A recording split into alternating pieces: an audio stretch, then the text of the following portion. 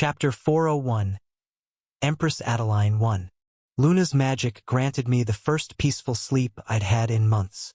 When I woke, sunlight filtered through the curtains of my bedroom, casting a warm glow that felt almost foreign after nearly a year in darkness. For a moment, I simply lay there, savoring the sensation of safety. The peace was short-lived. A message awaited me downstairs. I'd been summoned to the Imperial Palace by the Empress herself. The Empress? My father questioned, brow furrowed as he examined the formal Imperial summons. Not the Emperor? This is unusual, my mother added, worry etching lines around her eyes. What could Empress Adeline want with you specifically? I shook my head. I'll find out when I get there. My parents exchanged concerned glances. They couldn't accompany me. The summons was explicit about that. After my mysterious 11-month absence, the thought of me disappearing into another powerful institution clearly unsettled them. I'll be fine, I assured them, though I understood their concern. The imperial family wasn't known for subtlety when displeased. I'll be back before dinner. The imperial car arrived precisely at the appointed time, sleek, black, and humming with protective enchantments. Standing beside it was a face I recognized immediately. The same imperial knight who had accompanied Cecilia yesterday. Likely her personal guard, and the one who had retrieved me during the sophomore ball incident. Our history wasn't exactly friendly. Mr. Nightingale, please get in, he said, his voice carrying unexpected respect. I nodded and slid into the luxurious rear compartment while he took the front passenger seat. As we pulled away from my family's penthouse, I studied the knight through the privacy partition. His posture remained perfectly rigid, a testament to his training. You speak with respect, I remarked, breaking the silence. He met my eyes in the rearview mirror. You are worthy of such respect, he replied simply. I am Nate Macmillan, fortunate enough to serve as an imperial knight. We met during the sophomore ball under less than ideal circumstances. I don't blame you for that, I said, watching his reaction. You were following orders. Thank you, Nate responded, his shoulders relaxing slightly. I must say, I'm amazed by how much you've grown these past months. He hesitated before adding, whatever happened beyond the northern border, it changed you fundamentally. His sincerity was evident, but I only offered a curt nod in response. The well of miasma wasn't something I cared to discuss with anyone, least of all an imperial knight with direct access to the royal family. Nate didn't press further.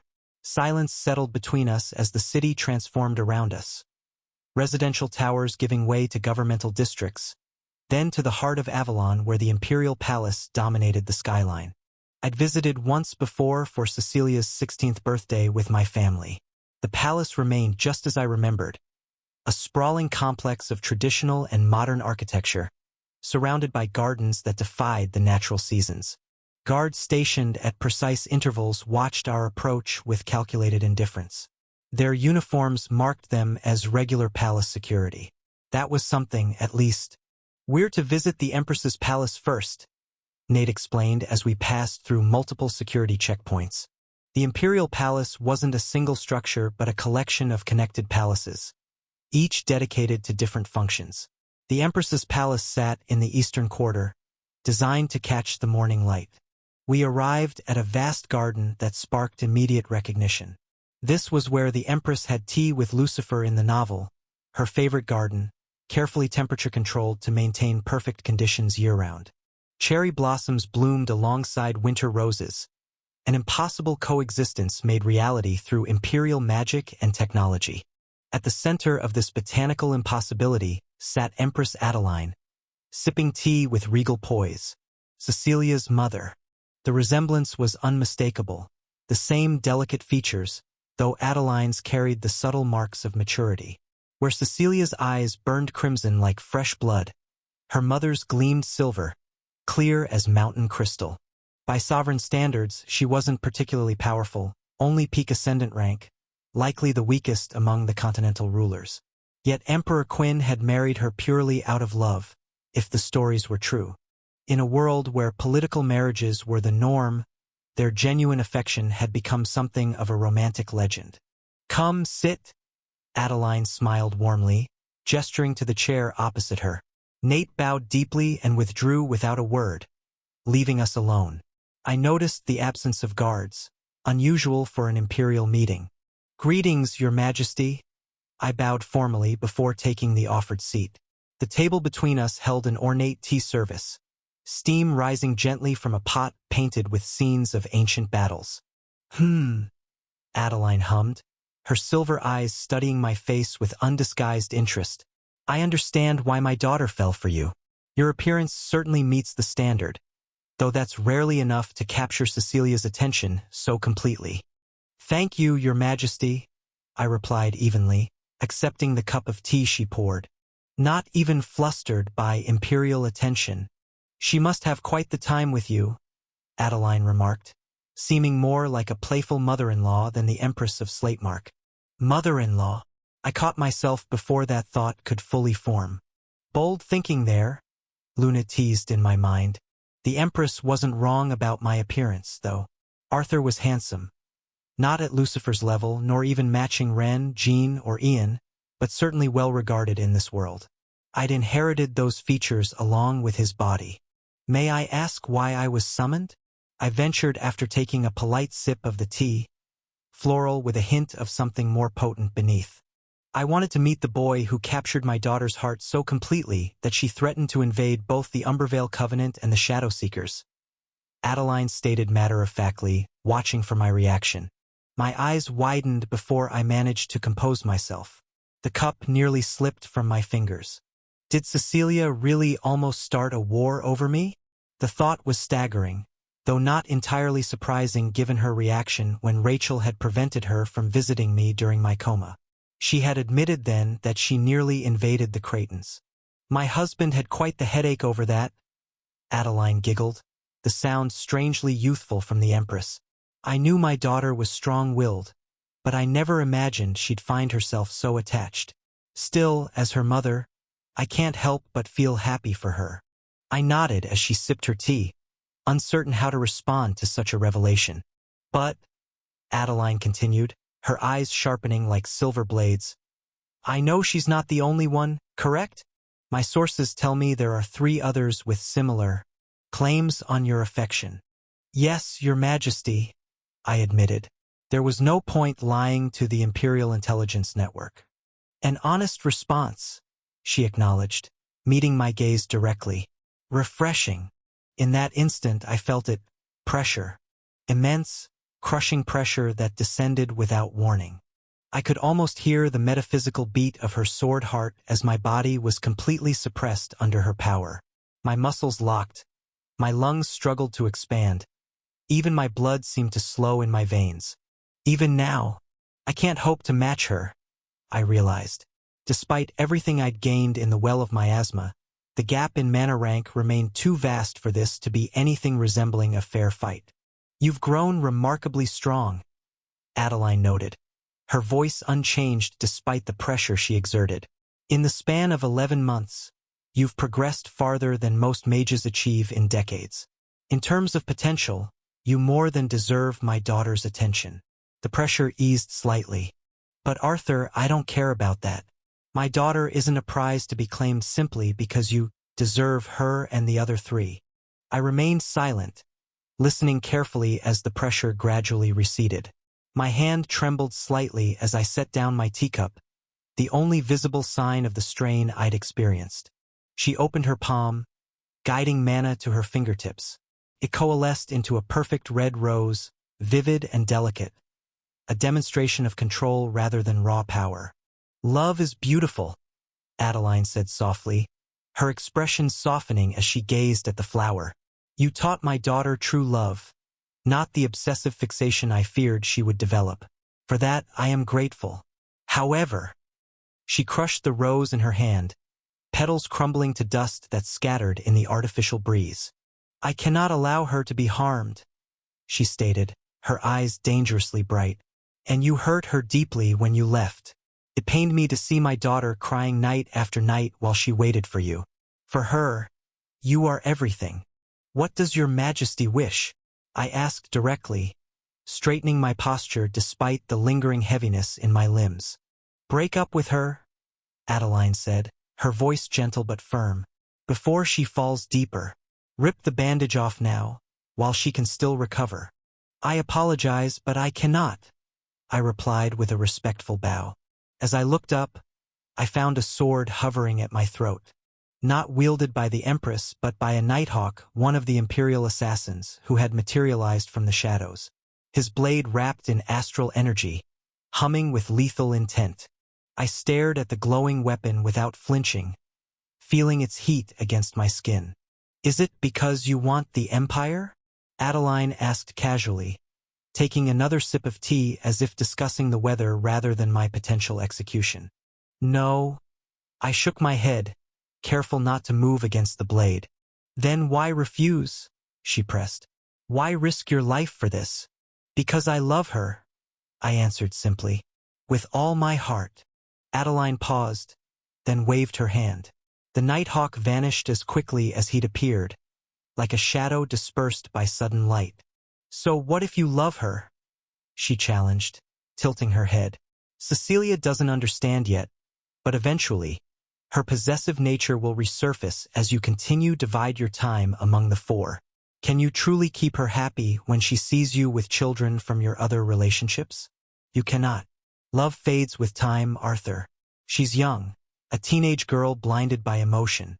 I understand that, but I won't let her experience the pain that inevitably follows. I pressed my lips together, considering my response.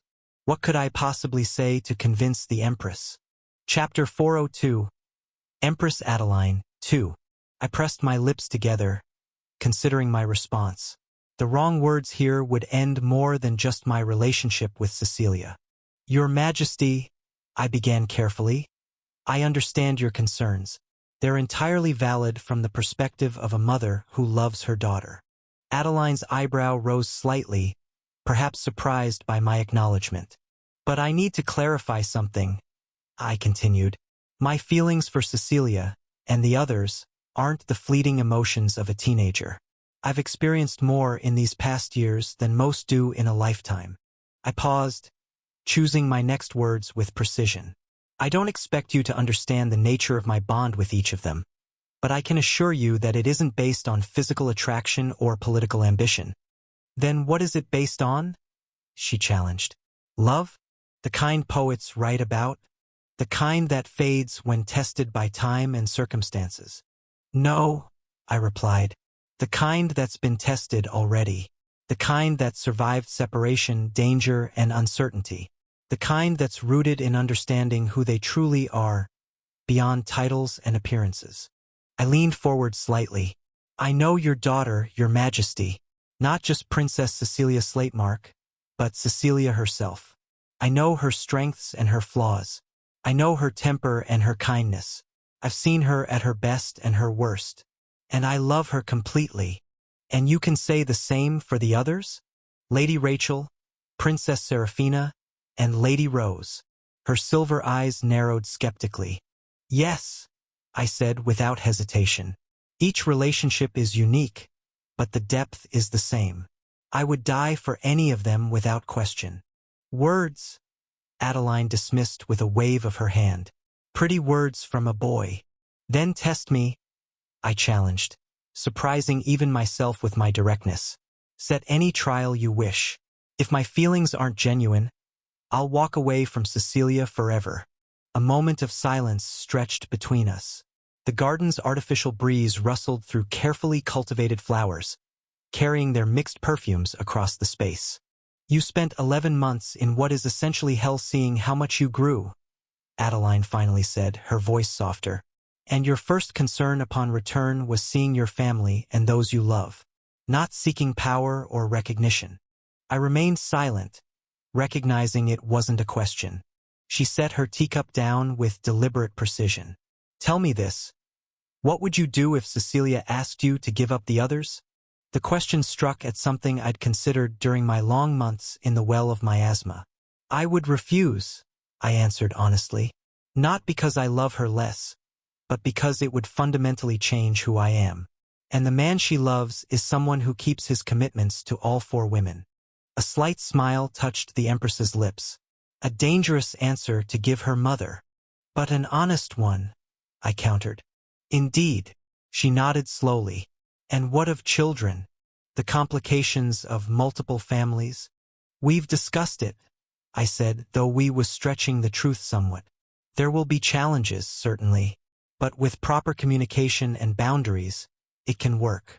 Adeline studied me for what felt like an eternity, her silver eyes seeming to pierce through any pretense. Finally, she sighed. A sound of resignation rather than disappointment. You truly aren't after the Empire, are you? It wasn't really a question. No, Your Majesty. If anything, the political complications are an inconvenience I accept because of my feelings for Cecilia. Unexpected laughter bubbled from the Empress. An inconvenience. The power and wealth of the Slatemark Empire. An inconvenience. She shook her head, still chuckling. How refreshing.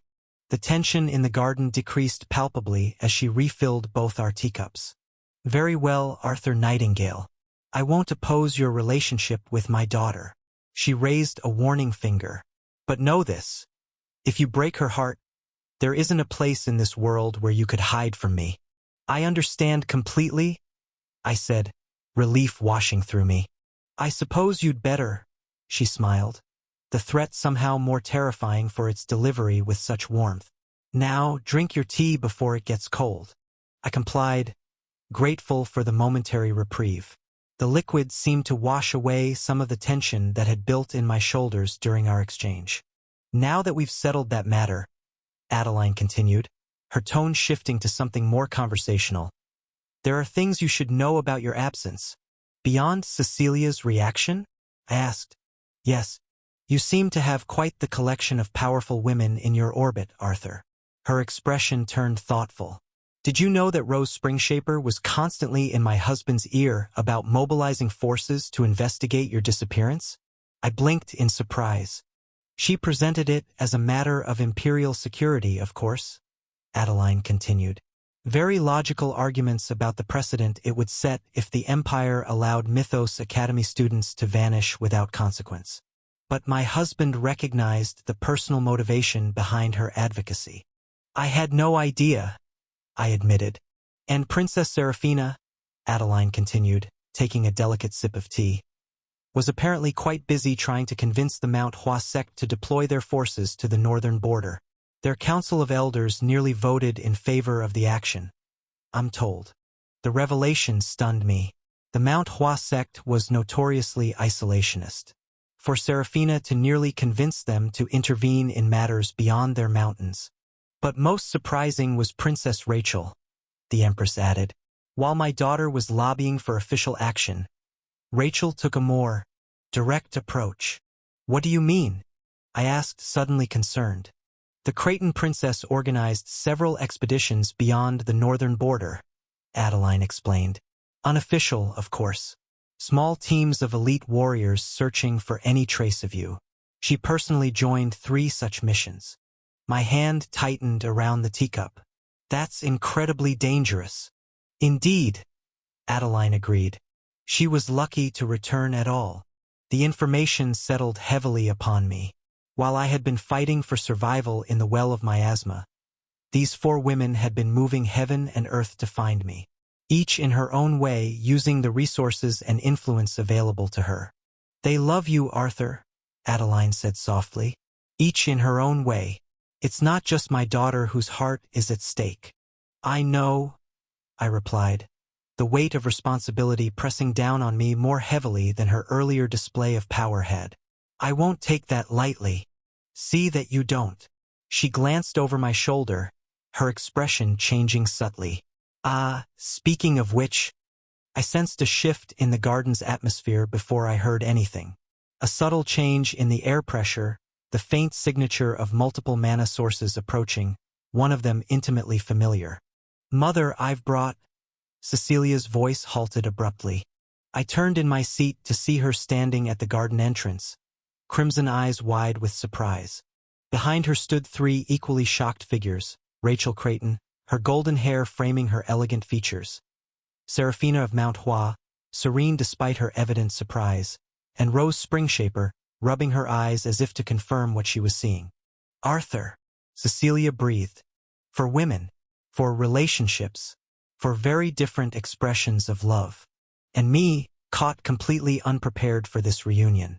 Well, Empress Adeline said pleasantly, setting down her teacup with a delicate clink that seemed to echo in the sudden silence. Isn't this convenient? I believe you have some explaining to do, Arthur Nightingale. Chapter 403, Four Pillars 1. Time seemed to freeze in the Empress's garden. The four women stood at the entrance, expressions shifting from shock to disbelief to something deeper. Emotions too complex to name. Cecilia recovered first, her crimson eyes narrowing.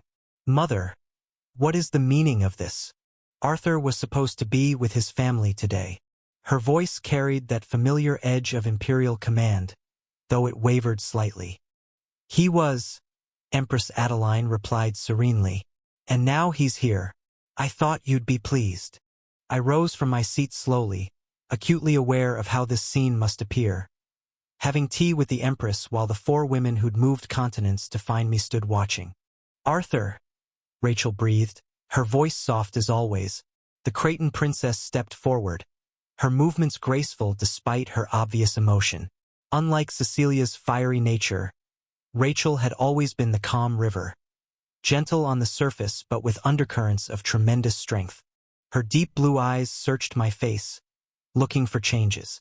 You're really back, she whispered, reaching out hesitantly, as if I might vanish at her touch. I am, I confirmed, taking her hand. I heard you led search parties into the Northern Territory. A faint blush colored her cheeks. You disappeared. What else was I supposed to do? Despite her gentle tone, possessiveness flashed in her eyes. The same quality that had once led her to isolate me during my recovery, keeping even Cecilia at bay. I couldn't just wait while you were in danger. Before I could respond, Rose stepped forward. The daughter of Marquis Springshaper had always been the composed one, her serene demeanor masking a brilliant mind and deep emotional currents. You've changed, she said quietly, her auburn eyes taking in the differences 11 months had carved into me. But you're still you. Unlike the others, Rose's calm never wavered, even in crisis. It was what had first drawn me to her. Rose, I acknowledged with a small smile. I'm told you nearly convinced the Emperor to deploy forces.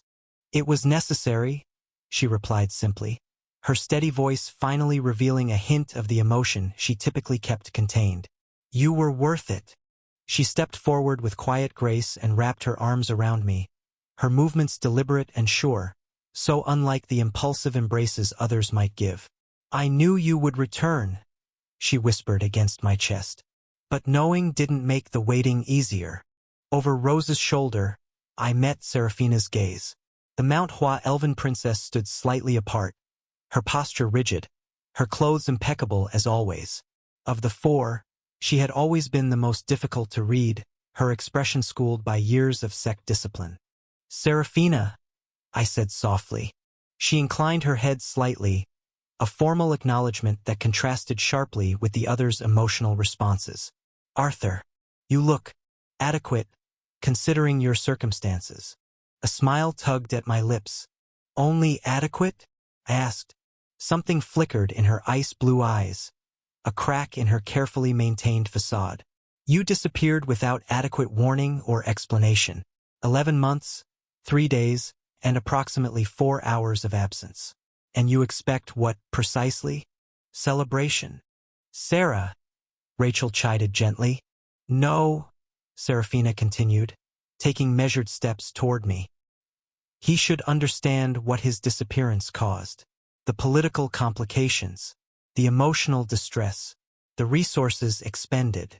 With each word, she moved closer until she stood directly before me. Her face tilted up to mine, jade eyes burning with emotions her voice wouldn't express. The Mount Hua sect nearly broke 2 centuries of isolation policy, she stated flatly. Because of you. I heard. I nodded. Thank you for.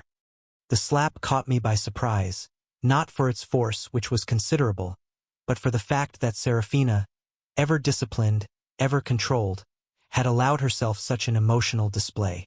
That, she said precisely, is for leaving. Then, in a movement so swift I barely registered it, she stepped into my arms, her forehead resting against my chest. And this is for returning. Her voice softened. Never make me worry like that again. She didn't cry. Mount Hua disciples rarely did, but the slight tremor in her shoulders told me everything her words couldn't. I became aware of Empress Adeline watching the scene with undisguised interest, her silver eyes taking in every nuance of our interactions.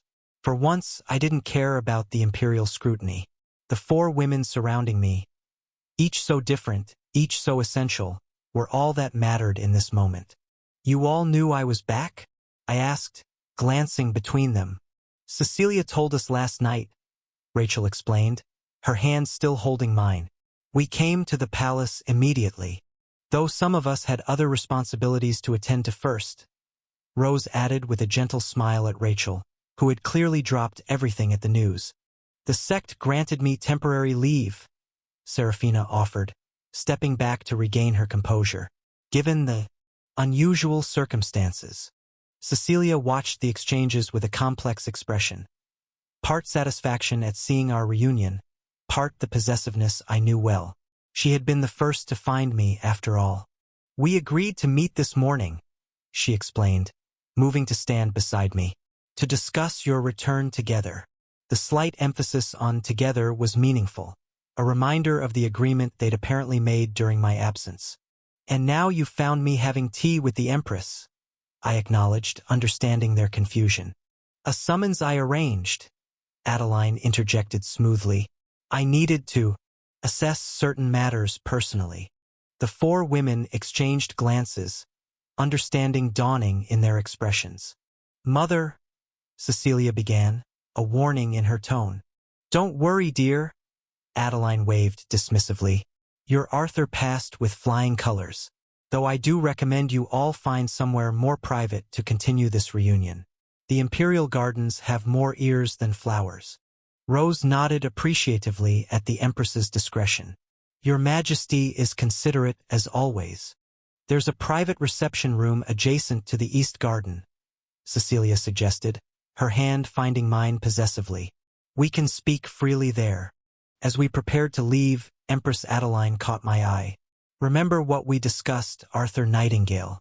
I'll be watching with great interest. I understand, Your Majesty, I replied with a respectful bow. The five of us left the garden together, walking in a formation that had become natural even before my disappearance. Cecilia and Rachel on either side of me, with Serafina and Rose flanking them. Guards and palace staff stepped aside as we passed, eyes lowered respectfully, though I caught their curious glances. The reception room Cecilia led us to was opulent yet intimate, designed for small imperial gatherings rather than formal functions. As soon as the doors closed behind us, the carefully maintained composure of my four companions crumbled. 11 months, Rachel said, her voice finally breaking as tears welled in her eyes. Do you have any idea what that did to us? We thought you were dead, Rose added, her usual calm giving way to raw emotion. Each day without word was another day of grief.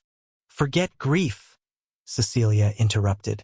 We nearly started wars. Plural.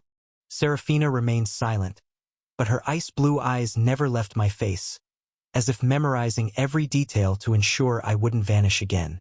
I'm sorry, I said, knowing the words were inadequate. I didn't have a choice. Rachel stepped closer, tears finally spilling over. You disappeared, Arthur. Without warning. Without explanation. Did you think our feelings for you would just fade away? We love you, Rose said simply, her directness catching me off guard. That doesn't change because you're gone. Do you understand what it means to love someone who might be gone forever? Serafina asked quietly. It's like living with a sword suspended above your heart. Every moment, every breath, wondering if this is when it falls. Cecilia said nothing, but her grip on my hand tightened almost painfully. I looked at each of them, the four pillars that somehow supported the impossible architecture of my life. different in almost every way, yet united in this one thing: their love for me. Feeling strong enough to reshape their lives, to risk war, to break isolation policies centuries old. "I'm sorry," I repeated, knowing it wasn't enough but needing to say it anyway. "And I'm grateful, more than I can express." "Words are inadequate," Serafina stated flatly. "Then what would be adequate?" I asked. Rachel stepped forward first, wrapping her arms around me. "This is a start," she whispered, her head resting against my chest. "Just being here, being real, being ours again." Rose joined the embrace next, her calm presence a counterpoint to Rachel's emotional one. "We found a balance without you," she murmured. "But it was never right, never complete." Serafina hesitated only a moment before joining them, her composure finally giving way to the emotion she'd been suppressing. "Don't ever make us go through this again," she ordered, though the effect was somewhat undermined by the tears she was finally allowing herself. Cecilia completed the circle, her arms wrapping possessively around us all. "Mine," she whispered fiercely. "All of you, and no one. Not the academy, not the northern border, not anyone gets to take what's mine away." Surrounded by them, I felt something I hadn't experienced even in the safety of my family home. A sense of completion, of coming full circle. For women, so different from one another, bound together by their feelings for me. And me, somehow worthy of that dedication. "I won't disappear again," I promised, meaning it with every fiber of my being. "Not without all of you knowing exactly where I am." "You won't disappear at all," Cecilia corrected against my shoulder. "Because next time we're coming with you, whether you like it or not." The others murmured agreement, and I found myself smiling despite the tears gathering in my own eyes. After everything, the well of miasma, the monsters, the darkness, the constant fight for survival, this moment felt like the true return. I was home, in the arms of the women I loved. Chapter 404, 4 Pillars. 2. "But now," Rachel said softly, pulling back just enough to meet my eyes, "we need a proper explanation." Her gentle tone couldn't mask the steel beneath. "What happened in Vrindal? What took over you? Why did you disappear for nearly a year?" Her voice cracked slightly. "Please, tell us everything." The room fell silent, for pairs of eyes fixed on me, waiting for answers to questions they'd likely been asking themselves for 11 agonizing months. I drew a deep breath, organizing my thoughts. There was no easy way to explain something I barely understood myself.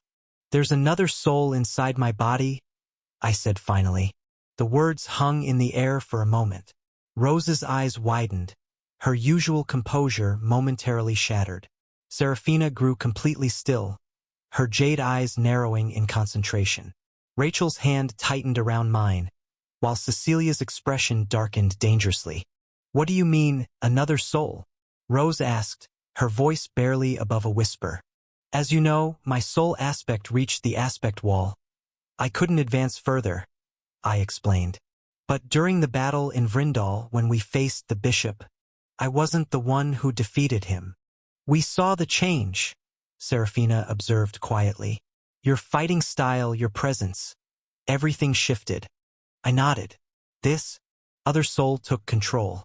I still don't fully understand what or who it is. But after defeating the bishop, it didn't relinquish control. Instead, it determined I was too weak for what lay ahead." "Too weak?" Cecilia's eyes flashed crimson. "You were already extraordinary." "Not enough, apparently," I said with a grim smile. "This entity took me to a place called the Well of Miasma to make me stronger." "The Well of Miasma?" Rachel repeated, horror seeping into her voice. "What is that?" "A training ground," I said, the words inadequate to describe the hell I'd endured. "It is formed by very concentrated miasma that causes certain effects, almost like a dungeon imposed on reality full of miasma." "Such a place exists beyond the northern border?" Rose asked, her calm returning though her face remained pale. "It's hidden," I explained, "protected by the Umbervale Covenant." Souls are notoriously difficult to understand, Serafina said thoughtfully. The Mount Hua research has only managed to theorize fragments of soul theory. Most of it is speculation at best. Could this possession happen again? Cecilia asked, cutting straight to the heart of the matter. I hesitated, remembering the original Arthur's warning, that he would intervene at least once more in the future. Yes, I admitted finally. I believe it will. The room grew tense, the implications of my words settling over us all. Another disappearance. Another period of separation and uncertainty. Then we'll be prepared next time, Cecilia declared, her tone brooking no argument. You can't fight this, I warned. It's not something that can be stopped by conventional means. We're hardly conventional, Rose pointed out with quiet confidence. Rachel squeezed my hand. Whatever happens, we face it together now. No more secrets. No more solitary burdens. Serafina nodded in agreement. The sect teachings say that shared knowledge is the foundation of proper preparation. I looked at each of them, their determination, their unwavering support despite the strangeness of what I'd revealed. How had I earned such loyalty, such love? Together, then, I agreed, knowing the original Arthur might have other plans, but unwilling to push away the connection I'd found with these four extraordinary women. Could you fill me in on everything that happened while I was gone? I asked, realizing how disconnected I felt from the world I'd left behind. Rachel's eyes lit up. Well, the Marshall King became a senior professor at Mythos Academy. I blinked in shock. The Marshall King? At Mythos? That is seriously insane, Luna commented in my mind. Couldn't help but agree. My master, the Marshall King, was widely regarded as the strongest person in the world at this point in time. For him to take a teaching position was unprecedented. I heard he specifically requested the position, Rose added, her calm voice carrying a hint of curiosity. No one knows why. Other than that, we reached our 3rd year at Mythos Academy, Rachel continued. Last year of our lower years before specialization begins. Lucifer Windward became the student council president, Rose said. Rachel was originally slated to become vice president, but she declined the position. Too busy searching northern territories, Rachel admitted softly. So I took the position instead, Rose finished. I nodded, recalling the Academy's strict rule that the president and vice president had to be of opposing sexes. With Lucifer as president, the vice president had to be female. Cecilia was never interested in student politics, and Klana preferred to focus on combat training. That left Rachel, Serafina, and Rose as the likely candidates. We're starting our 2nd semester of 3rd year now, Cecilia said, her crimson eyes studying me intently. You are coming back, right? Yes, I confirmed. Despite taking nearly a full year away, I wanted to return to Mythos Academy, to resume some semblance of normalcy. The 4 women exchanged glances, relief evident in their expressions. Also, I said, making a decision, there's something else I need to show all of you. Cecilia's eyes widened slightly in recognition. She alone already knew what I was about to reveal, having glimpsed it yesterday. I summoned my mana, feeling the familiar golden warmth of Lucent Harmony ignite across my skin. The Qilin sigils began to glow, intricate patterns spreading across my forearms and hands. Luna, I called softly. You can come out now. A small figure materialized above my palm, her hair shimmering like a fountain of molten amethyst, her eyes sparkling like orbs of pure gold. This is Luna, I explained to the astonished faces of Rachel, Rose, and Serafina, the Qilin who's bonded to me. Rachel gasped, her hand covering her mouth. A Qilin? But that would mean. Her eyes darted to my glowing arms, then back to Luna. Understanding dawned in her expression. Your gift, Lucent Harmony, is not actually a gift at all, is it? It's her power. A Qilin's will. I nodded, impressed by her quick deduction. Wait, Serafina interjected, her composure momentarily forgotten. Does that mean you're the destined emperor of the world? The sovereign chosen by the Qilin?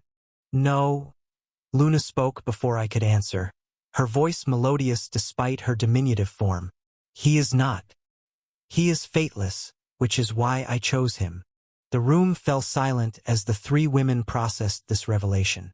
Cecilia moved closer to me, her hand finding mine in a gesture of support. She'd had time to absorb this information already. Fateless? Rose repeated, her eyes bright with interest. I've never heard of such a concept. It means his future cannot be read or predetermined, Luna explained, floating gently above my palm. Even by one such as myself, who can see the threads of destiny. Rachel's expression softened. That explains so much about you, Arthur. You're not surprised? I asked. After everything else? Cecilia laughed softly. A Chelan companion seems almost expected for someone like you. Though it does raise many questions, Rose noted, leaning forward to study Luna with fascination. Questions we have plenty of time to answer, Rachel added, squeezing my hand. Now that you're back. I felt a weight lift from my shoulders. One I hadn't even realized I'd been carrying. These women, each extraordinary in her own right, continued to accept me despite every strange revelation. Luna settled comfortably on my shoulder, her tiny form radiating warmth. I told you they would understand, she whispered, just loud enough for me to hear. Chapter 405. Silverrank Guild 1. When do we return to Mythos Academy? Cecilia asked, her question hanging in the air between us. I glanced at the ornate calendar displayed on one wall of the reception room. It was still winter break. The second semester wouldn't begin for another 2.5 weeks. Soon, I replied. But there's something I need to do first. The realization had been building since my return. Before I was a student, before I was involved with these 4 remarkable women, I had accepted another responsibility. Ouroboros, Rose said, understanding immediately. You've been gone almost a year. I nodded. As the guildmaster, I can't just reappear and not check in. There must be 1,000 issues that have built up in my absence. Elias has been managing things, Rose offered. We kept an eye on the guild when we could. It's grown considerably. All the more reason I should go as soon as possible, I said. Seraphina's expression remained neutral, but I could detect a hint of approval in her eyes. Responsibility should not be neglected, regardless of personal circumstances. Cecilia's lips curved into a small smile as she watched our exchange. Then, with a casual grace that belied the significance of her actions, she reached into a pocket of her jeans and withdrew a small object. You might find this useful, she said, tossing it to me. I caught it reflexively, then opened my palm to examine what she'd given me. A guild license, but not just any license. The metallic card gleamed with a distinctive 7-star insignia. My eyes widened. A 7-star adventurer license? How did you? Your defeat of the bishop in Vrindal, Cecilia explained simply. I had it processed through official channels. All quite legitimate, I assure you. I stared at the license in disbelief. 7-star adventurers were never given to those who hadn't ascended beyond the wall. Of course, I was an exception in which I could beat those who had gone beyond the wall without doing so myself, but regardless, there was no precedent. This is... I trailed off, understanding the political maneuvering that must have been required. It wasn't easy, Cecilia admitted, a hint of her imperial authority bleeding into her tone. The summit of 12 great guilds questioned why the empire was going so far into guild affairs. And yet you did it anyway, I said, examining the license more carefully. My name, etched in official script. My identification details. And those 7 stars, each representing a level of achievement and authority few ever attained. Use it well, Cecilia said, her eyes meeting mine. The unspoken message was clear. This was more than a gift. It was a tool, one she expected me to wield effectively. Thank you, I said, understanding the weight of what she'd done. The empire rarely involved itself in guild affairs. For the princess to intervene personally would have caused ripples throughout the political landscape. It was the least I could do, she replied with a casual shrug that didn't quite mask her satisfaction. Rachel leaned over to examine the license. 7 stars, she murmured. You know what this means for Ouroboros, don't you? I did. A guild's ranking was influenced by its highest-ranked member. With a 7-star adventurer as guildmaster, Ouroboros would instantly qualify to become a silver-ranked guild, opening doors to contracts, territories, and resources that had previously been beyond our reach. When will you go? Rose asked practically. Today, I decided. The sooner I re-established my presence at the guild, the better. I should be back by evening. The 4 girls exchanged meaningful glances before nodding in silent agreement. Go, Cecilia said, a hint of reluctance beneath her imperial tone. Your guild needs you. We'll catch up later, Rachel added with a gentle smile. You have responsibilities to attend to. And so I made my way to Ouroboros alone, thoughts racing ahead to what might await me. 11 months was a long time for any organization to function without its leader, especially one as young and ambitious as our guild. As I approached the building, I noticed immediate changes. The modest structure I'd left behind had expanded considerably, with new wings extending from the central hall. The insignia above the entrance gleamed with fresh polish, the serpent devouring its own tail now rendered in more elaborate detail. No way, a familiar voice exclaimed as I neared the entrance. Elias emerged from the building, eyes widening in disbelief. He rubbed them vigorously, as if clearing a hallucination. You're alive, boss. Of course I am, I replied with a slight smile, pulling out my license. The 7 stars caught the sunlight, drawing Elias's stunned gaze. Anyway, we have work to do. Come to my office now. He nodded quickly, falling into step beside me. As we walked through the main hall, I noticed significantly more members than before, at least triple our previous numbers. Some wore the Ouroboros emblem proudly on their armor or clothing, while others worked at stations I didn't recognize. Guild Master, Elias said, his voice lowered. We should get both Vice Guild Master and Ms. Reka. Reka? I questioned, catching something in his tone. Yes, Guild Master, he confirmed with a grimace. She was affected by your absence. I understood his meaning immediately. Reka had joined Ouroboros for one purpose alone, to serve as my sword. Not the guild's sword, but mine specifically. Her devotion had always bordered on the extreme. What did she do? I asked, already dreading the answer. You should see for yourself, Elias sighed as we reached what was apparently still my office. Despite the new furnishings and expanded floor space, we stepped inside, and he immediately sent messages to summon Callie and Reka. They arrived within minutes. Callie first, her confident stride unchanged despite the new, more practical attire she wore. Gone were the flashy accessories, replaced by functional gear that spoke of someone who'd spent more time in the field than behind a desk. I was sure you died, she stated bluntly, leaning against the doorframe with calculated casualness that didn't quite mask her relief. About time you showed up, Arthur. Of course not, I replied, matching her nonchalance. Death would be too inconvenient right now. A smile tugged at her lips. 11 months without a word.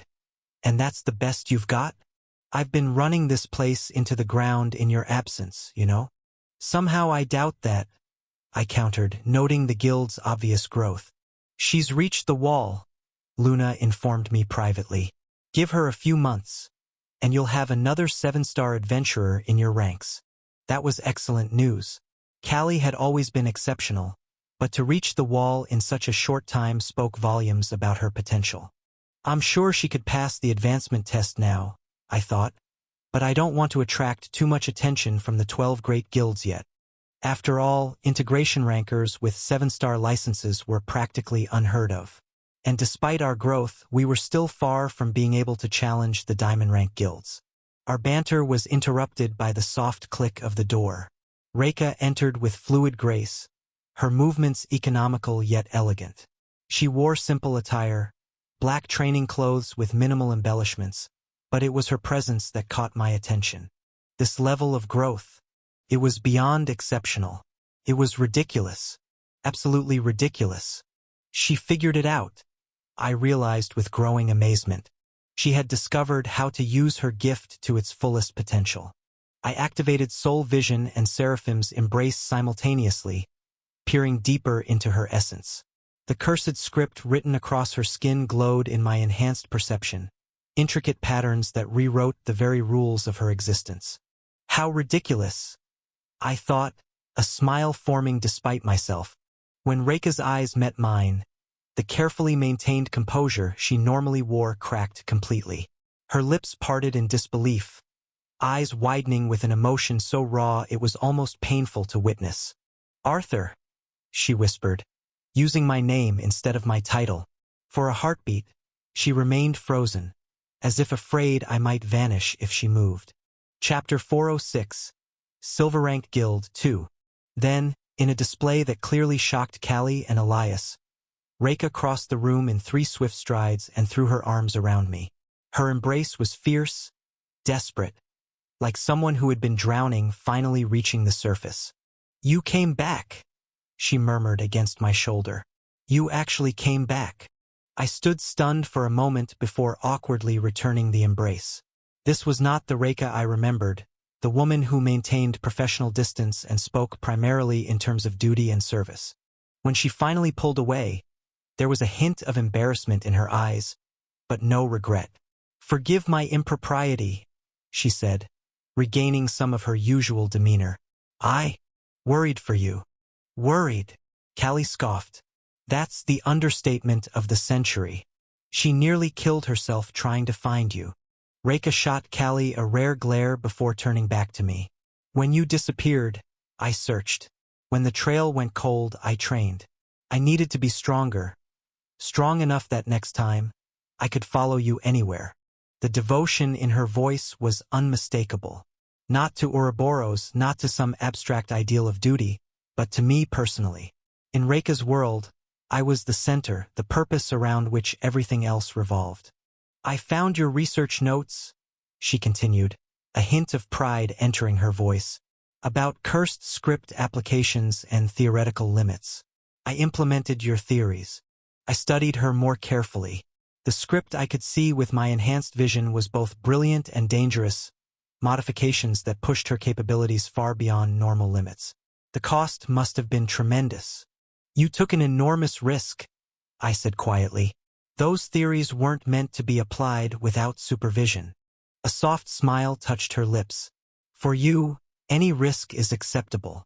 The simple declaration hung in the air, its implications unsettling. Reika's dedication went beyond loyalty or even friendship. It was absolute, unconditional. Callie cleared her throat loudly.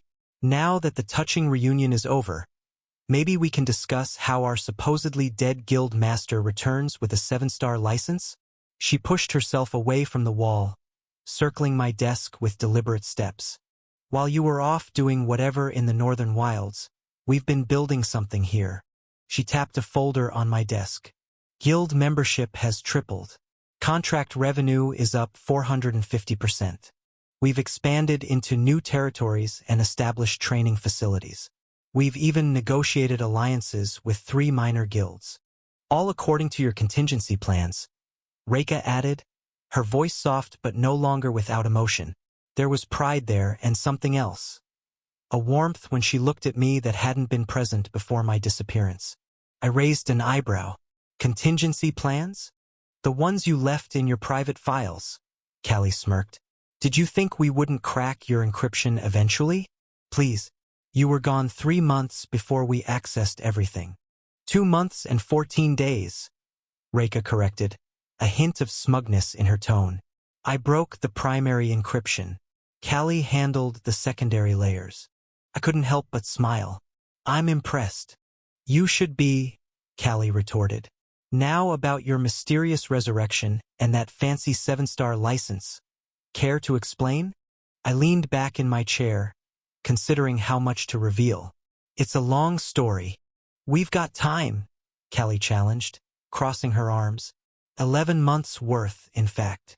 Reika moved to stand slightly behind my chair, close enough that I could sense her presence, a silent statement of her position by my side rather than across from me. "Before I explain," I said, picking up the folder Callie had indicated. I want to know everything that's happened here. As I flipped through the documents, even my expectations were exceeded. The growth wasn't just in numbers, it was strategic, methodical. Ouroboros had expanded in exactly the directions I would have chosen, sometimes implementing plans I'd only theorized about. You've done remarkable work, I acknowledged, looking up at both of them. Both of you. Callie shrugged, though she couldn't quite hide her pleasure at the recognition. Someone had to keep this place running. We preserved what you built, Reika said simply. For your return. There was something in her tone, absolute faith. She had never doubted I would come back, even when others had given up hope.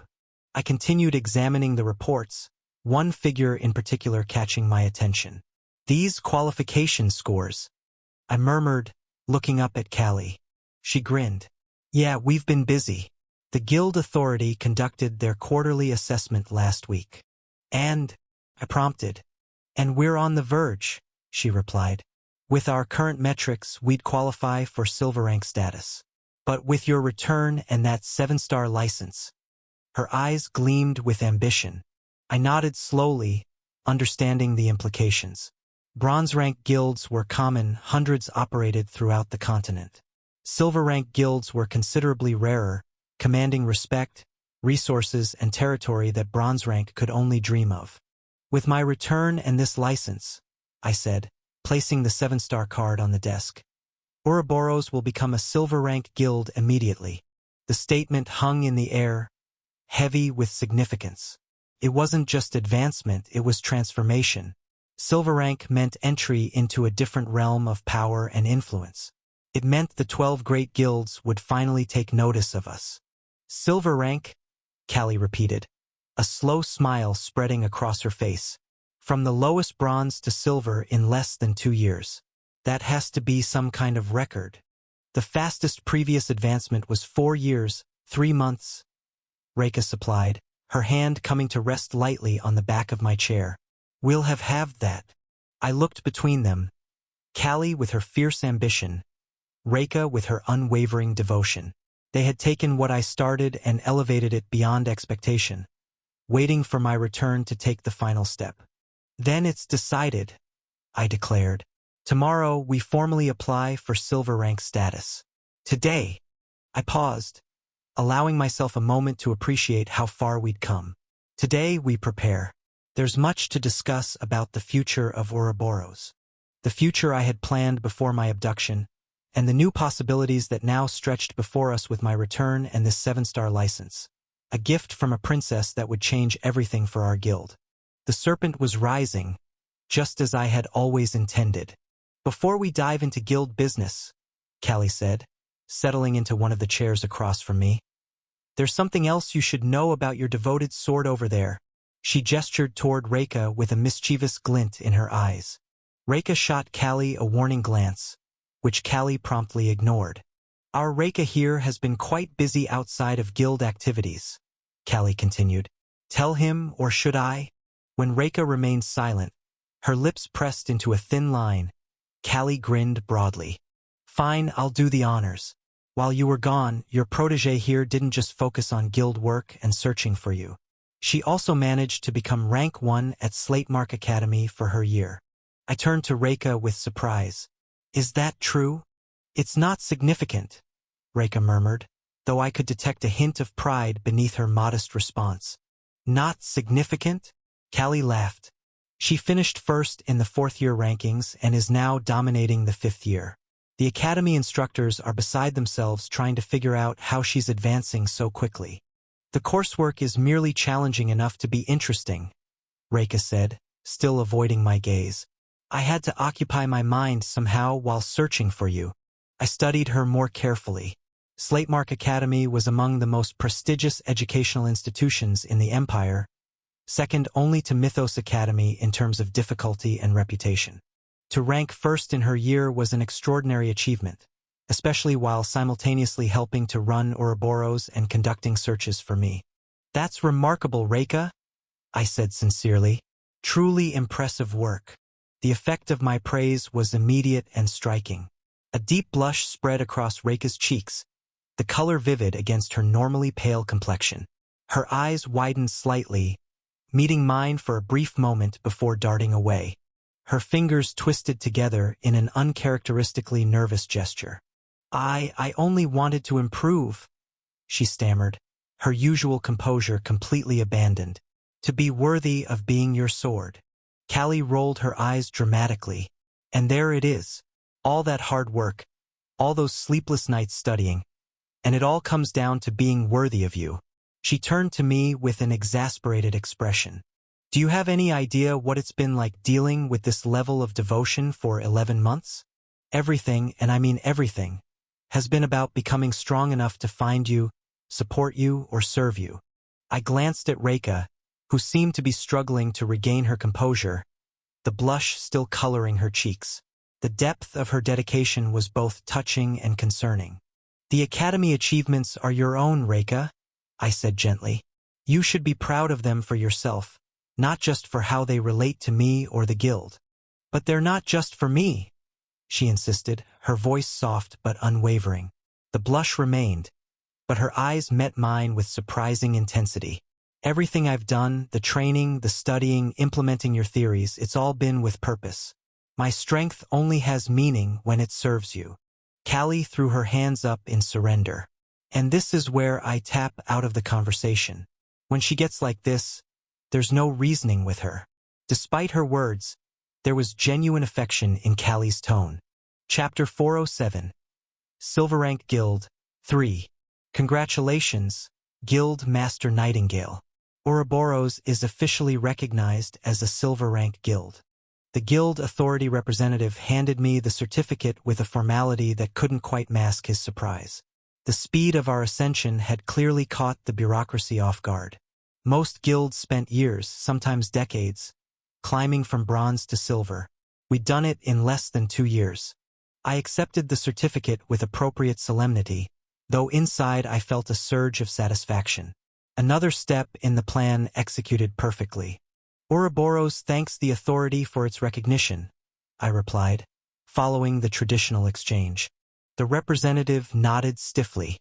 "The privileges and responsibilities of silver status are outlined in the accompanying documentation. Your guild territory rights have been expanded accordingly." He hesitated before adding, "The authority expects Ouroboros to uphold the standards befitting its new rank." The unspoken warning was clear. Our rapid rise had raised eyebrows. We would be watched closely. "We understand completely," I assured him, maintaining the polite smile that revealed nothing of my thoughts. After the representative departed, I turned to find Callie and Reika waiting just inside the guild hall entrance. Callie's expression was triumphant, while Reika's eyes were fixed on me with quiet pride. "It's official," I said, holding up the certificate. Callie's face broke into a wide grin. "Let's celebrate properly." Word spread through the guild like wildfire. Members who had been strategically absent during the official inspection suddenly appeared, carrying drinks and food. Someone had clearly prepared for this outcome in advance. Within an hour, the main hall of Ouroboros had transformed into a celebration. Music played from speakers, tables groaned under the weight of food, and the atmosphere hummed with excitement. Members who had joined when we were the lowest-ranked Bronze Guild now found themselves part of a prestigious silver organization, a status change that would benefit their own careers and reputations significantly.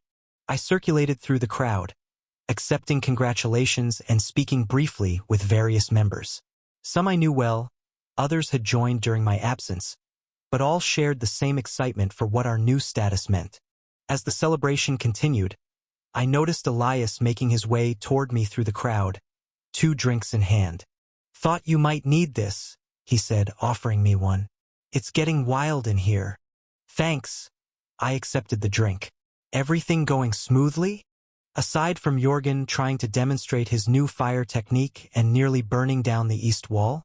"Perfectly." Elias grinned. "We've come a long way from you coming to talk to me in the black market." I smiled at the memory. When I'd first taken formed Ouroboros, it had been little more than a name and a nearly abandoned building. Now we occupied an expanded complex with over 60 members. "Your office in 20 minutes?" Elias suggested quietly. Callie mentioned something about a private celebration for the leadership. I nodded. I'll be there.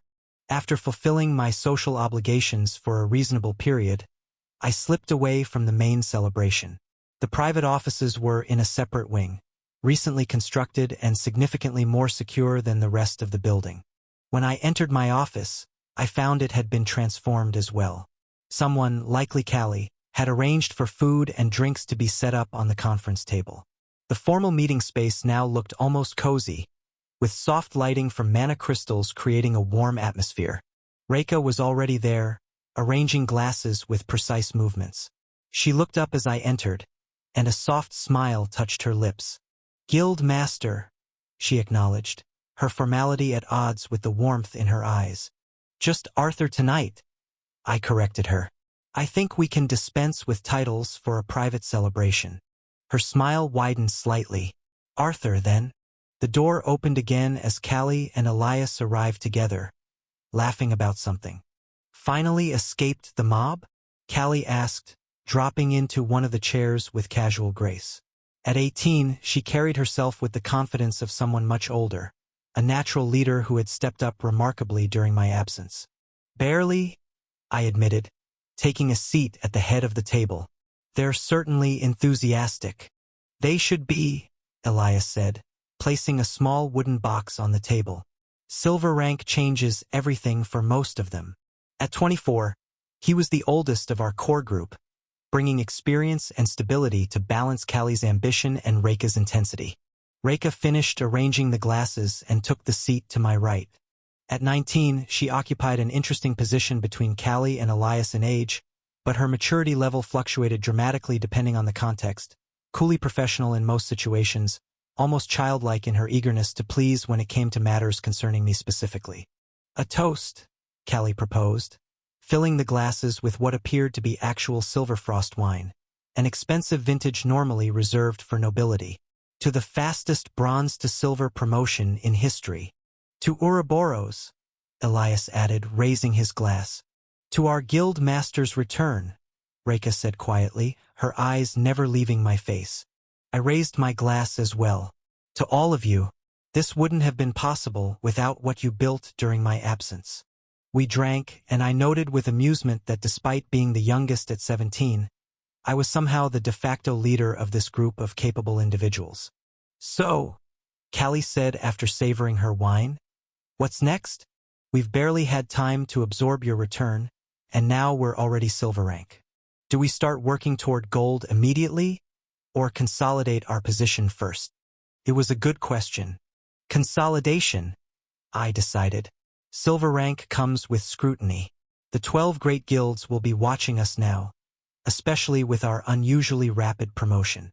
"Agreed," Elias nodded. "Too much ambition too quickly makes enemies.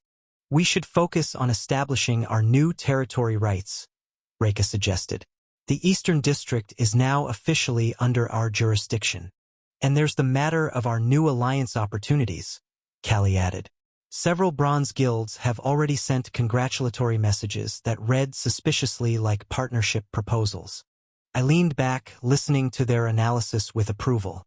Each brought a different perspective, a different strength to our leadership.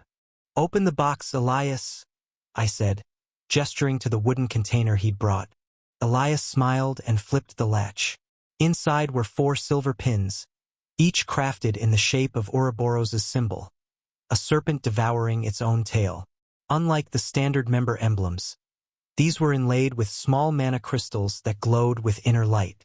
"Leadership insignias," he explained, removing them carefully. "I commissioned them when we first applied for silver status. 1 for each of us." He distributed the pins, and I examined mine with appreciation for the craftsmanship. The detail was exquisite, the materials high quality. "These are beautiful, Elias," I acknowledged. "Thank you." "It was my pleasure," he replied. "Consider it a welcome-back gift as well." We attached the pins to our clothing, a visible symbol of our core leadership group. "To the 4 pillars of Ouroboros," Callie declared, raising her glass again. "The visionary, the sword, the shield, and the foundation. She nodded to each of us in turn, me, Reka, herself, and Elias. Reka's cheeks colored slightly at being publicly acknowledged as my sword, but she raised her glass with the rest of us. As the evening progressed, the conversation flowed easily between guild business and more personal matters. Callie regaled us with stories of difficult clients during my absence. Elias described how they'd acquired the funding for the building expansion through a particularly clever contract negotiation. Reka spoke less, but when she did, it was usually to provide precise details the others had forgotten. The door opened, and a tall woman with crimson hair entered. Carrie Milton carried herself with the easy confidence that came from years near the pinnacle of the adventuring world.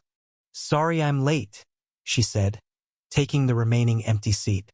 "Had to finish up some paperwork with the authority. They had questions about my guild affiliation, as usual." "Trying to poach you again?" Callie asked with a grin. "Always." Carrie shrugged, helping herself to a glass of wine. "The diamond guilds can't understand why a 7-star would choose silver. Or bronze, as we were until today. Now the guild is finally worthy of your presence," I said, raising my glass in her direction. Carrie's sharp eyes assessed me thoughtfully. "And you've become a worthy guild master in terms of strength as well, it seems." She tapped her own 7-star license. "Not any your age is carrying one of these." "An honor I didn't seek," I replied honestly. "The best ones never do," she countered with a knowing smile. "I've seen enough posturing glory seekers to last several lifetimes. That's why I joined Ouroboros in the first place." She raised her glass. "I will never regret that decision." "Your expertise has been invaluable," Elias acknowledged, "especially with training the newer recruits." Carrie nodded. "They have potential, just needed proper guidance." "And now," I asked her directly, "with silver rank and a second 7-star in leadership, what's your assessment?" She didn't hesitate. "Unprecedented growth trajectory.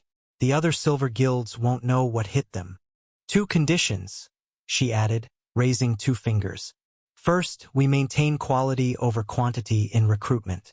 Second, we leverage our unique strengths instead of trying to compete conventionally." "Agreed on both counts," I said. Watching them interact, I felt an unexpected surge of pride. These people had become something more than colleagues, more than guild members.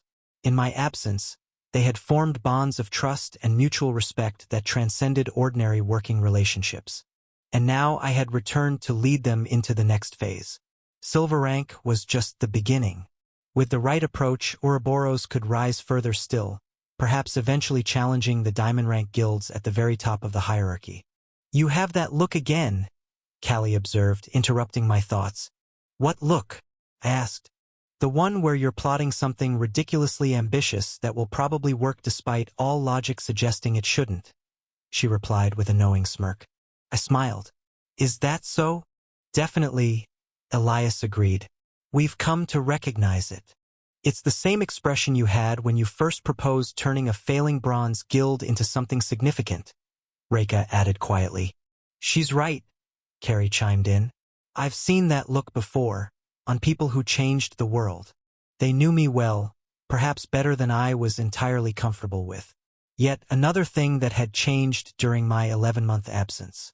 "Well," I said, raising my glass one final time, "to ambitious plans then, and to silver rank being just another step in Ouroboros' journey." They joined the toast, glasses clinking in the warm light of the mana crystals. 5 people of different ages, backgrounds, and temperaments, united by a shared vision. The silver serpent was rising, and we would rise with it. Chapter 408. Silver Rank Guild 4. Carrie soon excused herself, citing an early mission the following day. As the door closed behind her, the atmosphere in the office shifted subtly, becoming more intimate, less formal. "Well, speaking of missing people," Callie said, stretching her legs out beneath the table. "Where is the prince? I thought he'd at least show up for the celebration." "Jin's busy," I replied, recalling the message I'd received earlier. I wasn't expecting him to do much guild work anyway, but I'll put him to work soon enough. Elias chuckled. A royal connection is useful even without his direct involvement.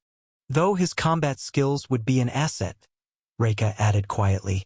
Speaking of combat, Elias said, leaning forward with interest. When exactly do you plan on reaching the peak, Guild Master? Now that we've hit silver, what's the timeline for the rest of your ambitions? I considered my response carefully. These people deserved honesty, even if my plans might seem outlandish. I need to reach immortal rank for that, I replied. I'm at least a year away from ascendant rank, so I would estimate 4 years until we're ready to challenge the 12 great guilds directly. Ambitious, Callie remarked, though her tone held admiration rather than skepticism. But Arthur needs to be ambitious, Reka interjected, her unwavering faith evident in her voice. It's who he is. I smiled at her simple but accurate assessment. We need to clear a 7-star dungeon as well, but Carrie can handle that. When we reach gold status, we can begin incorporating Vakert into our structure and expand westward. Wait! Elias blinked in surprise. Vakert? The greatest necromancy company in the central continent? And you're talking about expanding beyond this continent entirely? The King of the West has a standing deal with me, I explained, which you failed to fulfill last time, Callie interjected pointedly. I'll pass this time, I assured her. I'm planning a trip west this summer for that specific reason. Reka nodded confidently, as if the idea I might fail again never occurred to her. And we still need our last core member, right? Callie said with a sigh. God, I can't believe you want to recruit someone like that. She'll be the strongest among all 5 of you, I pointed out. Just so you know. Both Reka and Callie looked surprised at this assessment. Well, we should expect that much given her background, Elias acknowledged, seeming less shocked than the others. Anyway, Arthur, Callie sighed dramatically, enough guild business. I had to deal with all of that while you were off having fun. I was training, I protested, but she waved dismissively. Training, fighting for your life, whatever. Point is, I was stuck with paperwork and guild politics. She stood, stretching. Elias, would you mind checking if the celebration out there is still under control? I don't trust Jorgen not to set something else on fire. Elias nodded, understanding the subtle request for privacy. Of course, I should make sure no one's raided the wine cellar yet anyway. He rose, clapping me on the shoulder as he passed. Good to have you back, Arthur. As the door closed behind him, Callie's casual demeanor shifted. She moved to the window, looking out at the nighttime cityscape of Avalon. Reka, could you give us a moment? She asked, her voice unusually serious. Reka hesitated, glancing at me. When I nodded, she rose reluctantly. I'll be just outside if you need me, she said, her words clearly directed at me rather than Callie. Once we were alone, Callie turned to face me, all pretense of nonchalance gone. We need to talk about Reka, she said directly. What about her? I asked, though I suspected where this was heading. Her feelings for you have grown even more intense during your absence, Callie said, leaning against the windowsill. It's beyond devotion now, Arthur. It's consuming her. I sighed, having noticed as much myself. I know. Do you?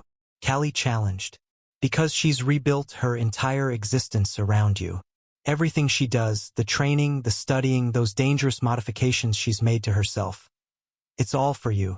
Not for herself, not for the guild. For you specifically. I never asked for that level of dedication, I said quietly. No, but you haven't discouraged it either. Callie's gaze was unflinching. She needs clarity, Arthur. Especially now that you're back. The unspoken question hung between us. I took a moment to gather my thoughts before responding. I care about Reka deeply, I began carefully, but not romantically. I can't accept feelings that seem to stem primarily from gratitude or perceived debt. Because you saved her life in Redmond City, Callie nodded, understanding. Exactly. I put my life on the line that day, yes, but that doesn't entitle me to her devotion, nor does it obligate her to offer it. I shook my head. What Reka feels is not healthy. It's not based on seeing me for who I actually am. And the 4 princesses? Callie asked with raised eyebrows. That's different. It is, I confirmed. They see me clearly, flaws and all. Their feelings developed over time, through shared experiences both good and bad. There's balance there. Callie studied me for a long moment before sighing. You need to tell her, then, clearly. No room for misinterpretation. I know, I agreed, and I will. But tonight is for celebration. That conversation deserves its own time and space. Callie nodded, seemingly satisfied with my response. Fair enough. Just don't wait too long. Every day you delay makes it harder for her. I understand, I said. Thank you for bringing this to my attention. A hint of her usual smirk returned. Someone has to keep you honest, Guild Master. With that, our private conversation concluded. Callie moved to the door, opened it, and gestured for Reika to return. I should check on the main hall myself, Callie announced. Can't let Elias have all the fun. She shot me a meaningful glance before departing, leaving Reika and me alone. Reika closed the door quietly behind her, then turned to face me. In the softer lighting of the office, she appeared younger than her 19 years, a reminder that despite her strength and abilities, she was still finding her way in the world. Is everything all right? She asked, a hint of concern in her voice. Yes, I assured her. Callie just wanted to discuss some guild matters privately. Reika nodded, accepting my explanation without question. She moved to the window where Callie had stood earlier, looking out at the city. Avalon looks different at night, she observed. Peaceful, despite all the dangers we know exist within it. I joined her at the window, maintaining a respectful distance. Appearances can be deceiving. Not always, she replied, turning to look at me directly. Sometimes what you see is exactly what exists, pure and uncomplicated. The subtext wasn't difficult to understand. I chose my next words carefully. Reika, your growth during my absence has been remarkable. The cursed script implementation alone shows innovation I hadn't thought possible. Pride flickered in her eyes at my praise. I had an excellent foundation to build upon. Your research notes were inspiring. Even so, the execution was yours, I insisted. You should take pride in your achievements for their own sake. A small frown creased her brow. Why do you say that? As if my accomplishments should be separated from their purpose. Because you have value beyond your utility to me or anyone else, I said gently. Your worth isn't measured by what you can do for others. She considered this for a moment, then shook her head slightly. That may be true for most people, but I've made my choice, Arthur. When you saved me in Redmond City, you didn't just preserve my life. You gave it meaning. Reika, I began, but she raised a hand, surprising me with the interruption. Please, let me finish. Her expression was earnest, determined. I know what you're trying to say. I've heard similar words from Callie many times. But my devotion isn't born from misplaced gratitude or obligation. It's a choice I make every day, with full awareness of what it means. She stepped closer, her gaze unwavering. Before Redmond City, I was just existing, skilled but purposeless. You didn't just save my life. You showed me a path worth following, a cause worth serving. The Guild, I suggested. You, she corrected firmly. The Guild is an extension of your vision. I serve Ouroboros because you lead it. If you left tomorrow to pursue a different path, I would follow without hesitation. Her candor was both touching and concerning. This was precisely what Callie had warned me about. What of your own dreams? I asked. Your own ambitions? A soft smile touched her lips. They align with yours. Is that so difficult to accept? That someone might choose freely to dedicate themselves to another's vision. Put that way, it was difficult to argue without seeming to devalue her agency, the very thing I was concerned about. I accept your dedication, I said finally, and I'm honored by it. Just promise me that you'll continue growing for yourself as well as for Ouroboros. She nodded, apparently satisfied with this compromise. I promise. The conversation wasn't what Callie had suggested. I hadn't clearly rejected Reika's feelings or established firm boundaries, but something in Reika's quiet determination had made me reconsider my approach. Perhaps a gradual redirection of her devotion rather than an outright rejection would be kinder in the long run. We should rejoin the celebration, I suggested. Of course, she agreed, moving toward the door.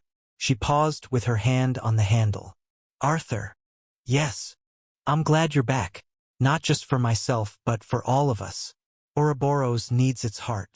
With that, she opened the door, ready to return to our silver rank celebration and whatever future awaited our rapidly rising guild. Chapter 409. Return to Mythos 1. Winter break finally drew to a close. I'd spent these precious weeks balancing my time between dates with the 4 girls, reconnecting with my family, managing Ouroboros' transition to silver rank, and somehow catching up on 11 months of missed schoolwork. Now it was time to return to Mythos Academy.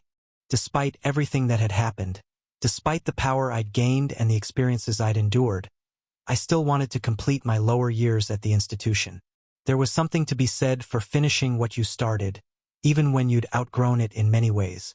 I hadn't been back on campus for more than a minute when a message found my phone, delivering a summons from Headmaster Eva. No surprise there.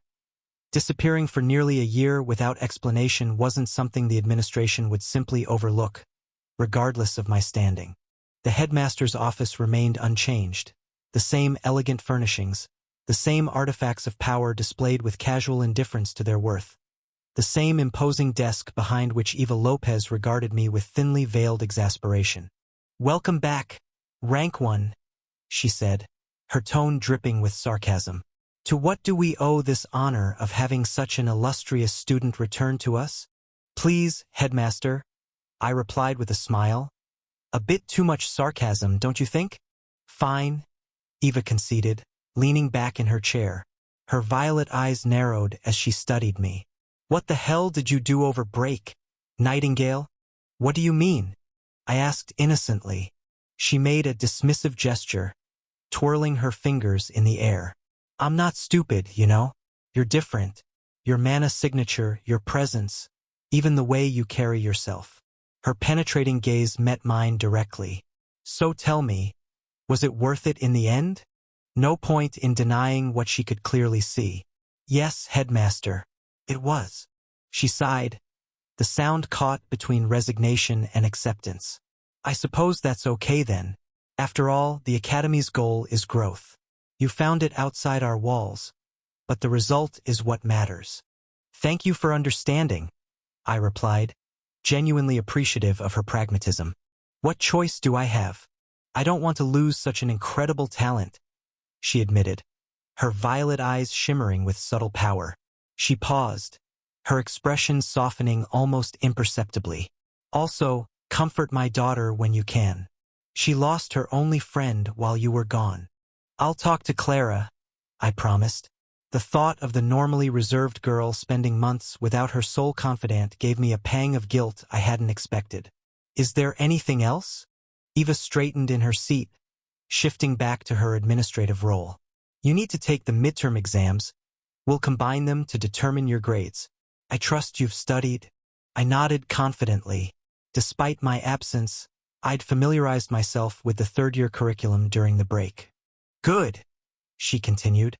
"Currently, you're ranked second in the Academy. Lucifer overtook you because of the Inter-Academy Festival results. If you want to reclaim the top position, do it during the Sovereigns Tournament at the end of the year," she added. "Will do," I agreed, already contemplating strategies. Eva brushed back a strand of her navy blue hair, her expression turning curious. "Have you visited your various masters yet? The Martial King, Archmage Charlotte, Master Lee." "I visited the Tower of Magic to see Archmage Charlotte," I replied. "But she wasn't there." "Oh right. She's on the moon right now, handling some research project," Eva said with the casualness of someone discussing a colleague's trip to the market rather than lunar expedition. "Well, the Martial King is here on campus, so visit him after your exam." A mischievous smile spread across her face. "Which you have right now, by the way." "Right now?" I asked, though her grin already confirmed it. Acting like you won't get a perfect score. Luna scolded me mentally. She had a point. I'd always achieved perfect scores on academy exams, even before my enhancements. And Eva continued, her tone deliberately casual. I'm removing you from the valedictorian position. Rachel gets it, and you'll be salutatorian if you achieve perfect scores. I shrugged. I don't really care about titles. I knew you'd say that, but I had to inform you officially, she replied, waving toward the door. Now go take your exam, you eyesore. Cute eyesore, I corrected with a smile as I rose from my chair. Eva scowled, though there was no real heat behind it. Being cute doesn't let you get away with everything, Nightingale, she muttered as I left her office. The familiar corridors of Mythos Academy stretched before me, filled with students rushing to classes or lounging in conversation groups. The examination room was eerily quiet, with just me and Professor Harwick present. My unexpected return had clearly disrupted the Academy's normal procedures, requiring this special testing arrangement. Professor Harwick glanced up from his tablet as I entered. Mr. Nightingale, right on time. He gestured to the lone desk in the center of the room, where a sleek computer terminal waited. The headmaster has arranged for you to take all your missed exams in sequence. The system will guide you through each one, which is why we are using a computer this time for the examination. I nodded and took my seat, logging in with my student credentials. The screen illuminated with the first exam, Advanced Theoretical Mana Manipulation. This is easier than I expected, Luna commented as I scanned the questions. Almost disappointingly so, I agreed silently. These questions about theoretical mana circulation patterns and conversion efficiency seemed like elementary school arithmetic to me. The computer-based format allowed me to work at my own pace. I moved through exam after exam, applied combat theory, advanced artifact design, sovereign politics, and more. For appearance's sake, I maintained a reasonable pace, though I could have completed everything in a fraction of the time. 3 hours later, I submitted the final exam. Professor Harwick's eyebrows rose slightly as he received the notification on his tablet. Well, that was efficient, he remarked, checking the timestamps. Your results will be processed and available by tomorrow, Mr. Nightingale, though I suspect we both already know the outcome. I offered a polite smile and headed for the door. With the examinations complete, it was time to visit my master, the Martial King. The combat training facilities were located in the eastern wing of the campus, a modern complex of reinforced training rooms and specialized equipment. Unlike the classic architecture of the main buildings, the combat wing featured cutting-edge design, all glass, steel, and advanced materials designed to withstand the pressures of high-level mana manipulation. The Martial King had been assigned one of the VIP training rooms, accessible by biometric scan. As I approached, I could feel the distinctive pressure of his mana, a heavy, solid presence that seemed to compress the air itself. Even from outside, it felt like walking against a strong current. I pressed my palm to the scanner. After a moment's verification, the door slid open with a soft hydraulic hiss. The training room was spacious and minimalist, with adaptive floor panels and holographic projection capabilities. Magnus Dracar, the Martial King, stood in the center, manipulating a three-dimensional mana projection with subtle hand gestures.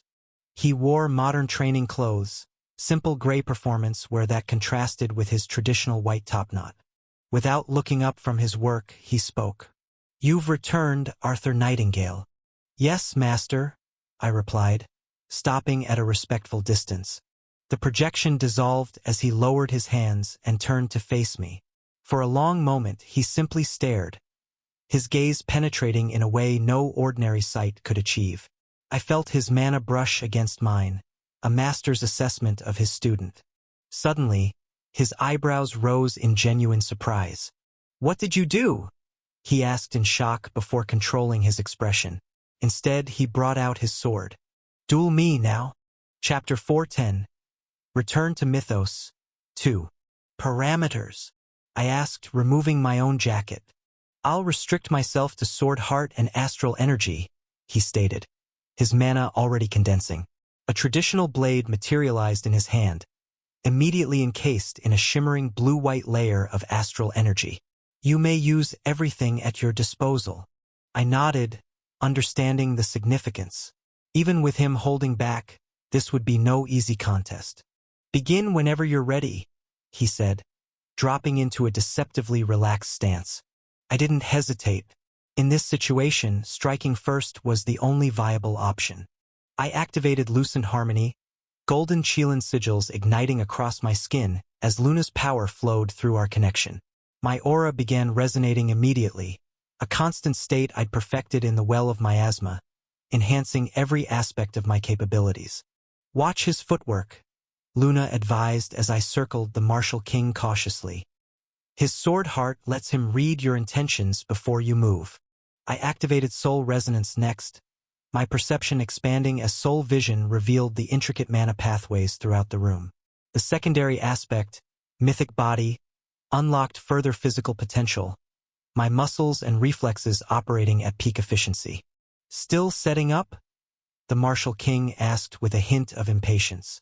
Let's not waste time. He moved, covering the distance between us faster than most eyes could track. His astral-enhanced blade came in a deceptively simple horizontal slash that would have bisected me had I been where he expected. But I wasn't. Erebus's bone armor manifested, just as I executed a perfect backdash, dark purple energy solidifying into skeletal plates over my vital areas. The tip of his blade caught only air, though I felt the displaced energy rush past my face. Improved reaction time, he noted, already adjusting his stance for a follow-up. I didn't give him the chance. It was time to show him what I'd truly learned in the well of miasma. I summoned my divine miracle Wings of Seraphim. Unlike conventional techniques, divine miracles operated on different principles altogether, bending reality rather than simply channeling energy. Translucent wings of pure light materialized at my back, enhancing my spatial awareness and movement capabilities beyond mortal limits. The Martial King's eyes widened slightly at the manifestation. Divine miracle, he murmured, recognition in his tone. I didn't wait for him to finish his assessment. With Wings of Seraphim active, I could perceive the entire arena with perfect clarity. Every angle, every approach vector, even the subtle fluctuations in the Martial King's mana distribution. Now was the moment for Grade 6 art, Pure Light Movement God Flash. Unlike the incremental techniques I'd shown before, God Flash was singular and devastating. A burst of pure speed and power condensed into a single, perfect movement. I vanished from the Martial King's sight, reappearing within his guard, my strike aimed directly at his center mass with concentrated force that could shatter reinforced concrete. He reacted with the instinctive brilliance that had made him legendary, pivoting just enough to take the blow on his shoulder rather than his core. Even so, the impact sent him sliding across the training room floor, his boots leaving molten trails in the adaptive panels. Impressive, he acknowledged, rolling his shoulder experimentally. Direct and efficient, but predictable. He countered with a vertical slash that seemed to distort the space around it, the astral energy extending well beyond the physical blade's reach.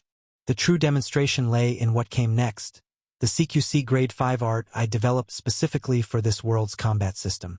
It was a comprehensive close-quarter style that incorporated dozens of techniques, joint locks that worked against mana-reinforced bodies, pressure point strikes that affected energy circulation, weight transfers that maximized impact force while minimizing exposure. I closed distance, shifting unpredictably between different aspects of the style. A feinted knife hand strike transitioned seamlessly into a sweeping low kick. When he evaded, I was already adapting, converting the missed kick's momentum into a spinning elbow strike. Self-created? He asked as we separated briefly, a new respect in his gaze. Adapted, I replied, already planning my next move. He countered with a thrust so precise it should have pierced my defense, but I rotated at the last possible moment, the blade passing through the space between my arm and torso. My palm struck toward his wrist, not to disable, but to disrupt the mana flow to his weapon. For the first time, I saw genuine surprise in his expression as he felt his astral energy waver momentarily. Magnus nodded, acknowledging my response with a teacher's approval. Then he shifted, his stance becoming more aggressive. "Enough warm up," he declared, his astral energy intensifying around his blade. The Martial King nodded, acknowledging my response with a teacher's approval. Then he shifted, his stance becoming more aggressive. "Enough warm up," he declared, his astral energy intensifying around his blade. His next attack came with significantly more power, a diagonal slash that cut through the air with such force that the training room sensors blared warnings. This was still only a fraction of his true capability, but it was clear he was escalating the test. I needed to respond in kind. I accessed memories I'd deliberately kept buried. The weeks of starvation training at Mount Hua Sect under Master Li. The gnawing emptiness, the hallucinations, the way my body had consumed itself from within. Those experiences had forged something in me, an understanding of emptiness that made deep dark manipulation possible. It was time for the second movement of my grade 6 art, Hollow Eclipse. Where God Flash represented perfect speed and precision, Hollow Eclipse embodied overwhelming power. 11 elemental energies began to gather: fire, water, earth, wind, lightning, metal, wood, light, chaos, order, and deep dark. The first 10 formed 2 distinct layers around my right arm, while spots of deep dark manifested in the gap between them. The completed technique resembled a spiraling eclipse of multicolored energy, with points of absolute darkness scattered throughout its structure. Unlike conventional elemental arts, Hollow Eclipse didn't seek harmony. It weaponized the inherent conflicts between the elements, creating a constantly destabilizing force. Magnus' expression grew serious as he sensed the building power. "Show me," he commanded, reinforcing his astral-enhanced blade with additional layers of protection. Without warning, I launched forward, abandoning defense entirely for an all-out assault. Hollow Eclipse surrounded my arm as I struck directly at his astral-enhanced blade. The collision was spectacular. The training room sensors blared warnings as our energy output exceeded safety parameters. The protective barriers around the arena glowed white-hot as they struggled to contain the overflow. For a moment, we were locked in stalemate, neither giving ground. The Martial King's face showed intense concentration as he fought to maintain his weapon's integrity against my assault. The 11 elements in Hollow Eclipse attacked his blade from multiple conceptual angles simultaneously, some disrupting its frequency, others interfering with its structure, the deep dark spots creating minute vacuums that pulled at the astral energy's cohesion. Then, with a sound like shattering glass, a crack appeared in the astral layer surrounding his physical sword.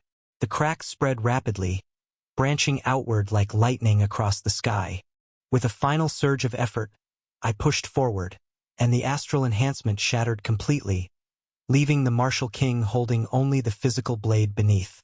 He disengaged immediately, the monitoring systems around us powering down automatically, their emergency protocols triggered by our exchange. For several seconds, neither of us spoke. I maintained my combat stance, uncertain of his reaction. Then, unexpectedly, the Martial King smiled, a genuine expression I'd never seen from him before. "Well done," he said, examining his now ordinary blade with interest. "Very well done indeed." I released my techniques one by one, the various energy manifestations fading as I returned to normal state. Even with my enhanced capabilities, maintaining so many high-level arts simultaneously had been taxing. "Your control is remarkable," he continued, sheathing his weapon. The contrast between God Flash and Hollow Eclipse particularly. One representing perfect precision, the other overwhelming power. Few practitioners master both ends of the spectrum so thoroughly. "The well-demanded versatility," I acknowledged, accepting the water bottle he tossed to me. "Clearly." He paused, studying me with renewed interest. "The divine miracle especially. Wings of Seraphim is not a technique I've encountered before." "Self-inscribed," I confirmed. He shook his head slightly. "And that final technique, using 11 elements simultaneously, including deep dark. The mana control required for that should be beyond an integration ranker." "I had excellent foundations to build upon," I replied, acknowledging his role in my development. Chapter 411. Prelude to Exchange Program 1. The first day of the second semester felt like stepping into a distant memory. After 11 months in the well of miasma and weeks of readjustment, returning to Mythos Academy seemed almost surreal, a slice of normalcy in a life that had become anything but normal. I found myself noticing details I'd once taken for granted. The sleek Hyperloop station with its quantum-balanced suspension tracks, the precisely calibrated inertial dampeners that made the high-speed journey feel like floating, the elegant architecture of the third-year building with its adaptive smart glass and self-regulating environmental systems. When I reached room 3A, I paused momentarily at the threshold. 10 ergonomic desks arranged in a 5x2 formation awaited their occupants, each station equipped with the latest holographic interfaces and mana-sensitive learning aids. Several of my classmates were already present, their conversations halting as I entered. Lucifer was the first to react, his piercing verdant eyes conducting a thorough assessment before he rose from his seat. The Academy's current top-ranked student moved with his characteristic fluid grace. "Nice to finally see you again, Arthur," he said, extending his hand. The casual greeting couldn't mask the intense curiosity in his gaze. "Yeah, it's been a while," I replied with a smile, accepting the handshake. Through the brief contact, I could sense his mana signature high integration rank just like mine. I'd essentially caught up to him in raw power, despite his continued advancement during my absence. Ren remained silent, his violet eyes methodically scanning me from head to toe. The usually taciturn prodigy was weighing something, though his expression revealed nothing of his thoughts. Ian was more demonstrative, slinging an arm around my shoulders with a broad grin. "It's been too long, Arthur. How could you just disappear like that?" The Prince of the South's golden eyes shimmered with genuine warmth beneath his casual demeanor. "Not my plan," I replied, briefly meeting the gazes of the 4 girls who watched our reunion without intervening. Rachel wore a slight pout, clearly displeased at having to share my attention, while Rose observed with her characteristically tranquil smile. "Arthur Nightingale." The voice came from behind me, distinct in its unusual alertness. I turned to find Clara approaching, her typically drowsy expression replaced by focused intensity. Eva's daughter looked awake, completely awake. It was almost disconcerting. "You shouldn't have left like that," she declared, punctuating her statement with a punch to my stomach. The blow carried no real force. Her specialization in mind aspect meant her physical strikes were largely symbolic, but the gesture itself spoke volumes about her frustration. "Sorry, Clara," I offered sincerely. I'd promised to help her with her training before my abrupt departure. Through our brief contact, I sensed she'd reached mid-integration rank, impressive progress, considering where she'd started.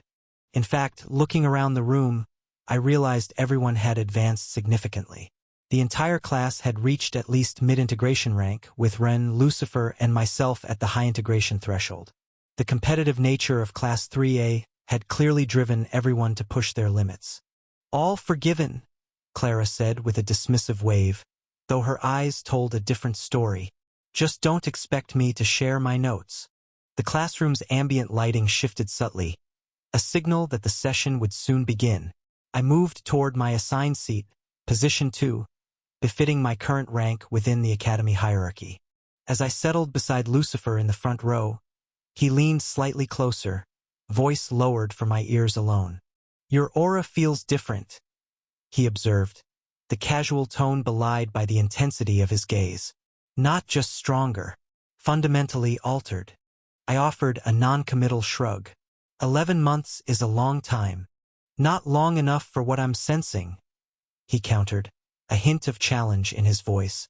"The Sovereign's tournament should be interesting this year." Before I could respond, the classroom door slid open with a soft hydraulic hiss. The conversations immediately ceased as Professor Nero Estrellan entered. "Good morning, Class 3A," Professor Estrellan greeted, his voice carrying effortlessly throughout the room despite its soft volume.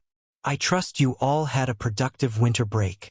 His gaze swept across the room, lingering momentarily on each face before continuing. "As you've all noticed, we have Arthur Nightingale returning to us as Rank 2, he said, gesturing in my direction.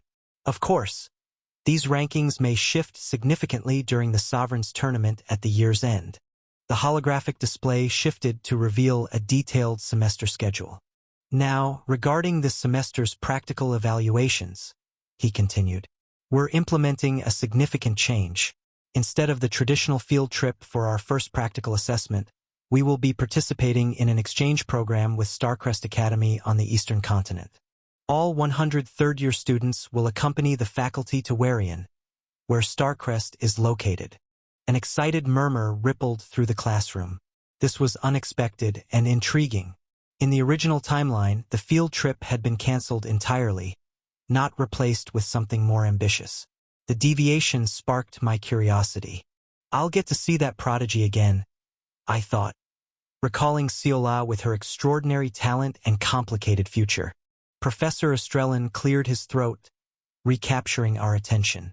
The second practical evaluation will involve missions of your choosing, he explained, manipulating the holographic display to reveal a complex matrix of potential assignments. The third will be your end-of-year project, a self-directed study focused on your individual growth. His expression grew more serious. And finally, the fourth and most crucial practical evaluation will be the end-of-year tournament, which will determine your final rankings and future opportunities. The display shifted again, showing our personalized schedules with color-coded subject tracks and specialized training modules. Your individual schedules have been tailored to your specific abilities and development needs, he said. Arthur, since you're rejoining us mid-year, you've been granted extended time to select your end-of-year project. Your deadline extends until after the exchange program's completion. He deactivated the holographic display with a subtle gesture. As is traditional on the first day of a new semester, there are no formal classes scheduled. You're dismissed until tomorrow. The students rose, gathering their devices and engaging in animated conversations about the unexpected exchange program. I caught fragments of speculation about Starcrest Academy's legendary training facilities and the Eastern Continent's unique cultivation methods. What do you have in mind for your end-of-year project? Luna inquired mentally as I collected my things. Not entirely sure, I admitted privately. The project was meant to push my capabilities beyond their current boundaries, but after the Well of Miasma, I'd already explored the limits of what was possible at my current mana rank. Finding something that would genuinely challenge me would require careful consideration. Arthur. The voice was cool and precise, unmistakably Seraphina's. I turned to find her standing beside my desk, her posture perfect as always. The subtle scent of honey drifted around her, a natural emanation of her unique mana signature. Go on a date with me, she said directly, her ice-blue eyes reflecting the room's ambient light like crystalline pools. Despite her typically detached demeanor, something expectant flickered in her gaze. Date? I echoed, raising an eyebrow. You went on dates with all three of them before going away, but not me, she pointed out, her tone matter-of-fact. I glanced toward the other three girls, who were suddenly very interested in their devices or the room's architecture. Anywhere but our conversation. Their deliberate avoidance told me everything I needed to know. They'd planned this. You're right, I acknowledged, turning back to Seraphina. Where do you want to go? I booked a place, she replied, a hint of satisfaction in her tone. Meet me at Warp Gate 13 in an hour. Pack swimming trunks. Swimming? I questioned, though I shouldn't have been surprised. Despite her ice-based abilities and cool demeanor, Seraphina had always been drawn to water, a paradox that fascinated me. She nodded once, definitively. Swimming. With that, she turned and walked away, her movements precise and graceful as always. As I watched her leave, I caught Rachel's eye. She gave me a small smile and a subtle nod of encouragement before returning to her conversation with Rose. It seemed the balancing act between the four relationships would continue, more complex than ever after my extended absence. But first, I needed to find my swimming trunks and prepare for whatever Seraphina had planned. Chapter 412. Prelude to Exchange Program 2. I changed quickly, packing my swimming trunks along with a few other essentials in a compact spatial storage band on my wrist. The technology had become commonplace among Mythos students, a practical necessity given how frequently we needed to transport equipment for training and missions. When I arrived at the gate, I immediately spotted Serafina waiting at the designated terminal. She wore a simple white sundress that contrasted starkly with her silver hair, which hung freely today rather than in its usual precise braid. A wide-brimmed hat shaded her face, though it couldn't completely hide her distinctive ice-blue eyes. The casual attire was a striking departure from her typical training clothes or formal Mount Hua sect garments. "You're on time," she noted as I approached, a subtle note of approval in her voice. "Wouldn't want to keep you waiting," I replied, genuinely curious about what she had planned. "So, where exactly are we going?"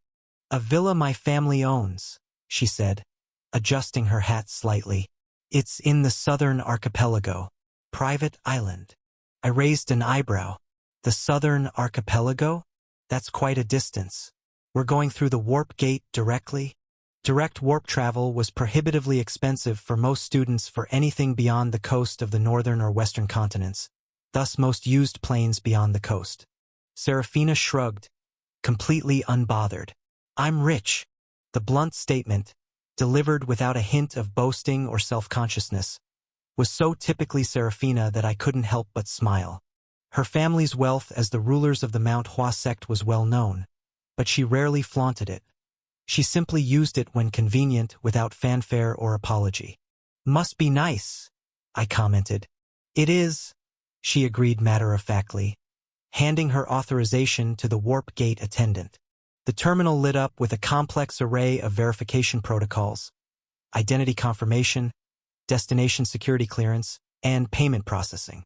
The attendant's eyes widened slightly at whatever figure appeared on his screen, but he maintained his professional composure.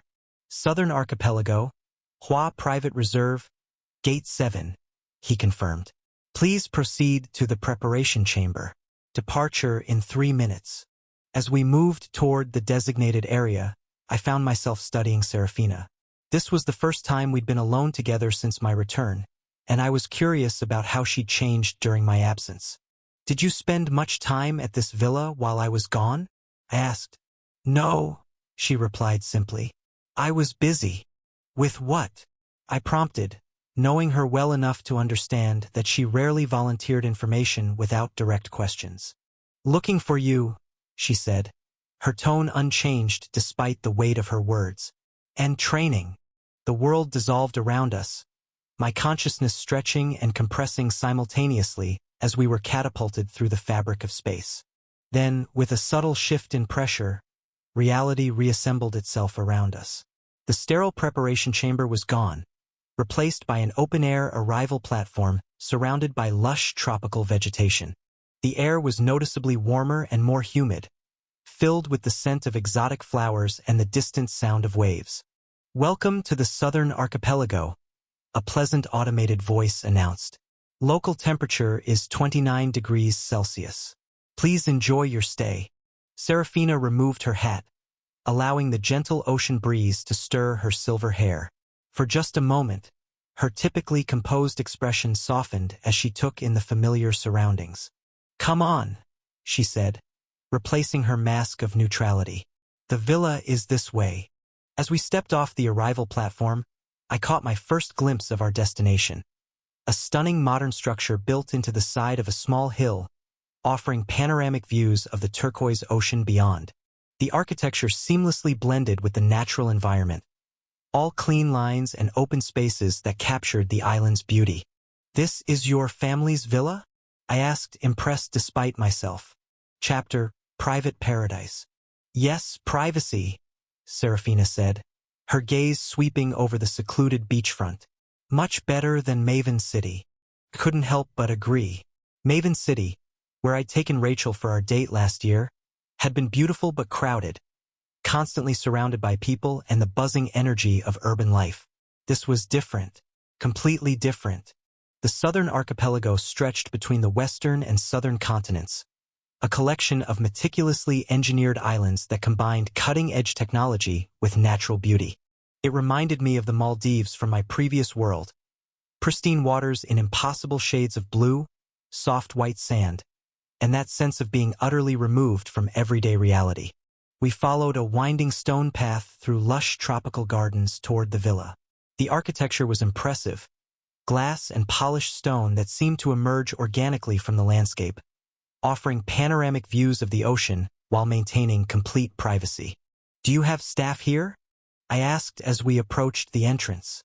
Serafina nodded.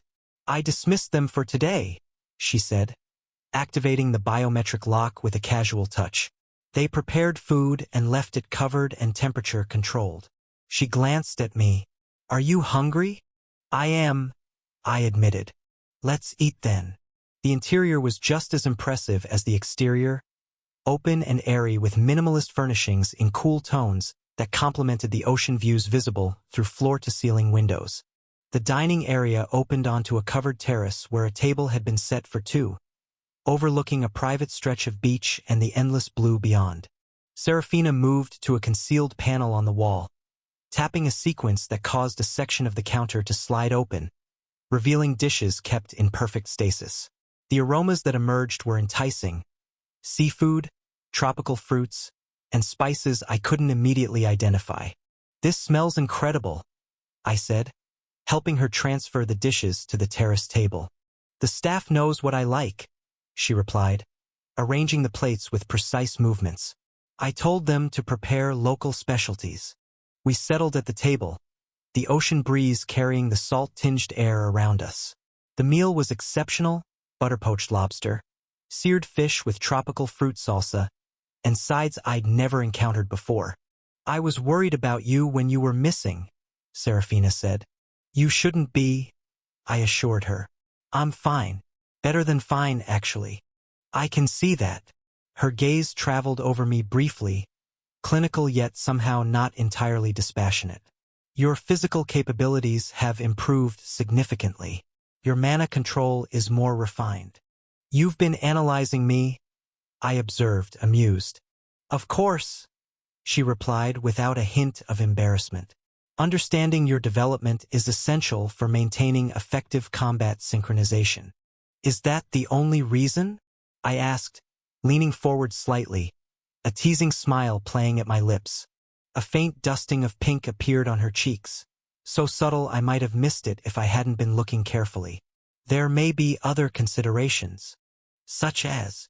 I pressed, enjoying the rare opportunity to see Serafina slightly off balance. She met my gaze directly, the blush intensifying just slightly. "You know what they are." "I'd like to hear you say it," I countered, reaching across the table to brush my fingers against hers. Serafina didn't pull away, though her eyes widened fractionally at the contact. She began, then paused, seemingly recalibrating. "Your absence was inconvenient." "Inconvenient," I echoed, unable to suppress a smile at her characteristic understatement. "Yes," she said firmly, though the pink in her cheeks deepened. "I had grown accustomed to your presence. Adjusting to your absence required unnecessary emotional energy." "I missed you too," I translated, turning her hand over and tracing patterns on her palm. Serafina's breath caught slightly, her usual composure wavering. "Your interpretative skills are adequate," she managed, though her voice had lost some of its typical steadiness. "Just adequate?" I teased, continuing the gentle patterns on her skin. Her eyes narrowed, though not in displeasure. "You're deliberately attempting to fluster me. Is it working?" Instead of answering, she stood, her movement fluid and graceful as always. For a moment I thought I'd pushed too far, but then she stepped around the table, stopping directly beside my chair. "You talk too much," she said, and before I could respond, she leaned down and pressed her lips to mine. The kiss was unexpected, direct, and unhesitating, just like everything else about Serafina.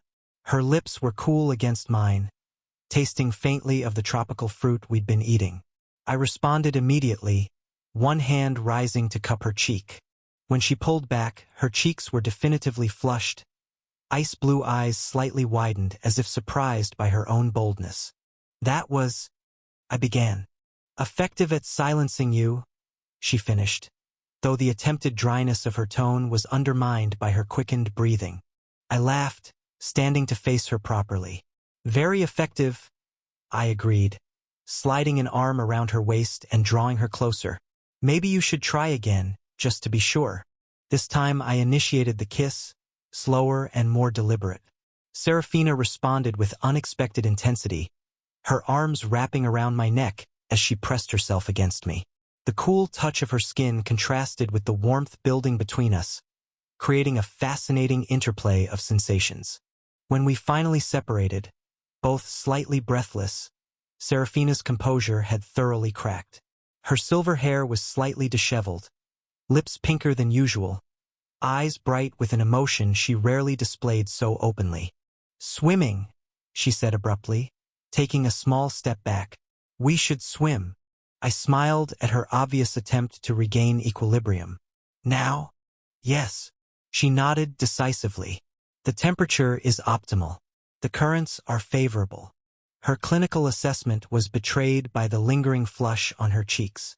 "Whatever you say," I agreed, enjoying this rarely seen version of Serafina, the one whose emotions occasionally broke through her carefully maintained facade. She turned toward the beach, then paused, glancing back at me with an expression that mingled determination and something softer, more vulnerable. "Coming?" she asked. The double meaning wasn't lost on me. This wasn't just about swimming.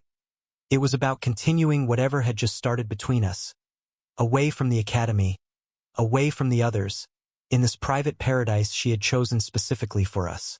"Right behind you," I promised, following her toward the shimmering blue waters and whatever awaited us there. Chapter 413. Prelude to Exchange Program 3. We changed separately, Serafina inside the villa and I in a poolside cabana. When I emerged in my swimming trunks, I found myself unconsciously running a hand over the network of scars across my torso and back, permanent reminders of the well of miasma.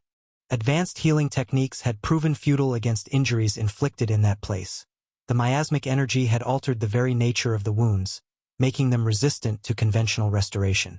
I was still adjusting to this new reality, this permanently marked body, when Serafina appeared from the villa. She wore a simple white bikini that contrasted starkly with her pale skin and silver hair. The sight immediately transported me back to another day, another body of water, the freezing basin beneath Mount Hua's waterfall where we'd swum months ago. Then, as now, I'd been struck by how naturally she belonged in water. Her eyes caught on my scars, her steady gaze tracking each one with analytical precision. Unlike others who might have politely averted their eyes or expressed sympathy, Serafina studied them openly, missing nothing. "Miasmic corruption," she observed, closing the distance between us. "Fascinating. The scarring pattern suggests systematic exposure rather than chaotic encounters." The well was methodical in its challenges, I acknowledged. Without asking permission, she reached out, her cool fingertips tracing a particularly prominent scar that ran from my shoulder to the center of my chest. "This one nearly killed you." It wasn't a question, but I nodded anyway. Several times. Her eyes flickered up to mine, questions evident despite her composed expression. But instead of voicing them, she simply said, "The ocean awaits." We walked together down to the water's edge, where gentle waves lapped at pristine white sand. The water was crystal clear, revealing colorful fish darting through coral formations not far from shore. Serafina didn't hesitate, walking directly into the waves with the confidence of someone returning to a natural habitat. I followed, enjoying the pleasant temperature, warm but refreshing, nothing like the bone-chilling cold of the Mount Hua waterfall basin. "Better than our last swim?" I asked, catching up to her as the water reached our waists. "Different," she replied simply, but after a moment, she added, "Warmer, more private." With a fluid movement that reminded me of her combat grace, she dove beneath the surface, her silver hair streaming behind her like a banner. I followed, the salt water stinging slightly against my scars but otherwise feeling wonderful after the long day. When we surfaced, we were further from shore, floating in deeper water with only each other and the endless horizon for company. Race you to that rock formation, she challenged, pointing to a distinctive outcropping about 50 meters away. Without waiting for my response, she began swimming with powerful, efficient strokes. I laughed and gave chase, pushing my enhanced body to match her natural affinity for water. Despite my improved capabilities, Serafina reached the rocks first, pulling herself up with a fluid motion to sit on a flat surface just above the waterline. I joined her moments later, pleasantly surprised by the exertion. "You're still faster in water," I noted, settling beside her. "Of course," she said, the faintest hint of smugness coloring her tone. "I'm half-elf. Aquatic adaptation is genetic." We sat in comfortable silence for a moment, watching the sun begin its gradual descent toward the horizon. The air was filled with the scent of salt and tropical flowers carried on the breeze from the island. "I never thanked you," I said finally. "For what?" "Looking for me. When I disappeared." Serafina shrugged, her gaze fixed on the horizon. "The others looked too." "I will thank them as well," I pointed out. "And you almost made the Mount Hua sect come all the way to the northern border for me." She turned to face me then, her ice-blue eyes more intense than usual. "It was necessary." "Why?" I asked, genuinely curious. Her expression changed subtly, a rare vulnerability flickering across her features. "Because my heart only seems to beat properly around you now," she said, the words coming out in an uncharacteristic rush. "When you disappeared, everything felt wrong, incomplete, inefficient." Coming from Serafina, this was equivalent to a passionate declaration. I reached out, tucking a strand of wet silver hair behind her ear, my fingers lingering against her cheek. "I missed you too," I said softly. "You already said that," she pointed out, though she leaned slightly into my touch. It bears repeating. This time, when our lips met, there was no hesitation from either of us. The kiss deepened immediately, her cool lips warming beneath mine. Her arms wrapped around my neck, pulling me closer as we balanced on the rocky outcropping. When we separated for air, Serafina's usual composure had completely vanished. Her breathing came in quick, shallow gasps, her cheeks flushed, eyes bright with an intensity I'd previously only glimpsed during our most challenging training sessions. "We should get back in the water," I suggested, acutely aware of how precarious our position was on the rocks. She nodded, and we slipped back into the sea together. But instead of swimming apart, Serafina moved closer, her body pressing against mine as we treaded water. Her legs intertwined with mine, arms looping around my neck once more. "Better?" she murmured, her face inches from mine. The next kiss was even more intense. None of her usual restraint remained. This wasn't the Serafina who had run from emotional intimacy before, who had frozen me in ice when I'd surprised her in the mountain pool. This was Serafina without barriers, without the walls she'd carefully constructed around herself. The cool touch of her skin contrasted with the heat building between us, creating a fascinating interplay of sensations. Her fingers traced the scars on my back and shoulders, mapping each mark with careful attention.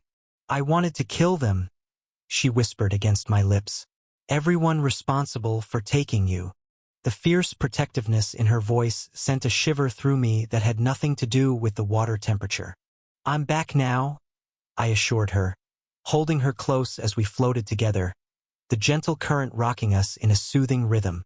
"Don't leave again," she said, the words somewhere between a command and a plea. "I'll do my best," I promised, knowing better than to make guarantees in our uncertain world. We stayed like that for a long time, holding each other in the water, exchanging kisses that ranged from gentle to desperate as the sun continued its descent, painting the sky in vivid oranges and pinks.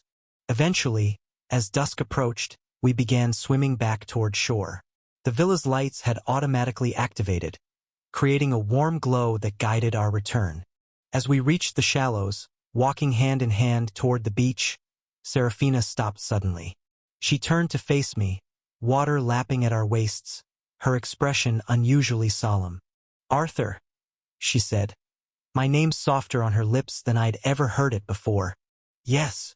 She stepped closer, her hands resting lightly on my chest, one directly over a scar, the other over my heart. "I have a wish," she said quietly. "What is it?" I asked, curious about this unexpected vulnerability. Her ice-blue eyes met mine directly, unwavering despite the emotion evident in them. "Stay with me tonight," she said. "Please." Chapter 414. Prelude to Exchange Program 4. My heart pounded in my chest as we stood there, the gentle lapping of waves around our waists, the setting sun painting the sky in vibrant colors that seemed to mirror the intensity building between us. "Arthur," Serafina said, her small, pale hands taking mine, fingers massaging my palm with unexpected gentleness. "Please, with me." "Serafina," I murmured, her name itself a question and an answer all at once. When her ice-blue eyes met mine, I felt my reservations beginning to dissolve. Yet beneath the surface, fear still lingered. Not of her, but of what taking this final step might mean. Because of what could be. Because of my past. Because of Emma. The memory of a different life, a different love, haunted me still. But staring into Serafina's eyes, feeling the warmth of her touch despite her naturally cool skin, I wondered if it wasn't time to finally let go. I was tired of being anchored to ghosts, tired of holding back out of fear of what might be lost. I exhaled slowly, lifting my gaze to the darkening sky before looking back at her. She was perfect in that moment. The toned contours of her body, her delicate yet striking features, silver hair darkened by water clinging to her shoulders. The slight point to her ears, legacy of her elven mother, caught the fading light as she tilted her head questioningly. "I don't want to do that," Serafina clarified abruptly, breaking into my thoughts, her eyes narrowing slightly. "Pervert." I looked away, coughing into my fist to hide my embarrassment at having my thoughts so accurately read. The tension between us shifted, becoming something more complex than pure desire. "But, let's go up," she added, a blush spreading across her cheeks, betraying her own hesitation. The vulnerability in her expression was rare and precious. Serafina allowing herself to be seen without her usual shields. I felt Luna's presence withdraw discreetly from my mind, granting us true privacy as I embraced Serafina again, my lips finding hers in a kiss that communicated more than words could express. The warmth of her body against mine felt right in a way I hadn't experienced since arriving in this world. "Are you sure you can hold yourself back?"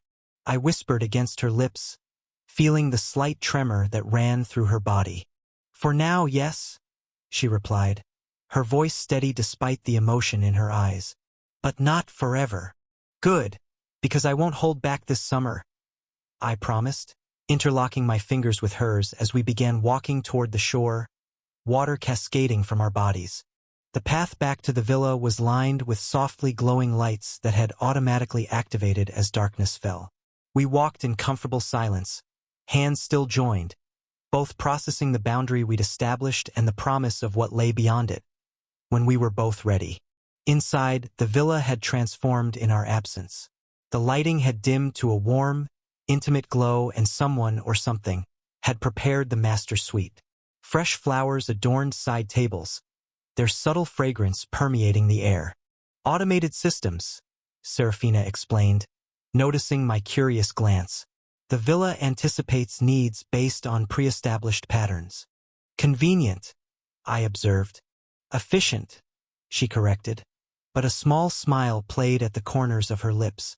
We showered separately, another boundary maintained by unspoken agreement. When I emerged from the guest bathroom, wearing comfortable lounge pants and a t-shirt from my spatial storage band, I found Serafina waiting in the bedroom doorway. She'd changed into simple silk pajamas, her silver hair still damp and loose around her shoulders.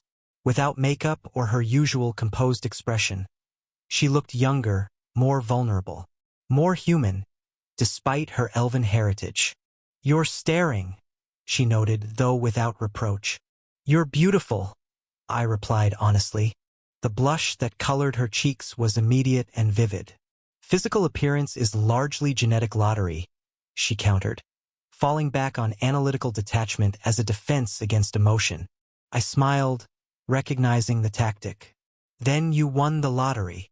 Her blush deepened, but she didn't look away. Your flattery techniques are improving. Not flattery if it's true. She stepped into the room, crossing to the large bed that dominated the space. The windows had been left open, allowing the sound of waves and the scent of the ocean to fill the room. Which side do you prefer?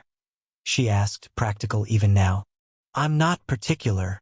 She nodded and slipped under the covers on the right side, her movements precise yet somehow hesitant. I joined her a moment later, keeping a respectful distance initially, uncertain of what she was comfortable with. For a moment, we lay side by side, not touching, the only sound our breathing and the distant waves. Then Serafina shifted, turning to face me. This is inefficient, she declared, with such characteristic bluntness that I couldn't help but laugh. What would be more efficient? I asked, knowing the answer but wanting to hear her say it. Instead of replying verbally, she moved closer, fitting herself against my side, her head coming to rest on my shoulder, one arm draped across my chest, carefully avoiding the worst of my scars. Better? She murmured, her cool breath tickling my skin. I wrapped my arm around her, drawing her closer. The contrast between her natural coolness and the warmth building between us created a pleasant equilibrium. I like your scars, she said suddenly, her fingertips trailing lightly over one that crossed my collarbone. They're proof. Of what? Survival, she answered simply. Adaptation. Growth. Things I value. The assessment was so quintessentially Serafina that I had to smile. She would find beauty in the evidence of suffering overcome, in the markers of challenges faced and defeated. Most people find them disturbing, I admitted.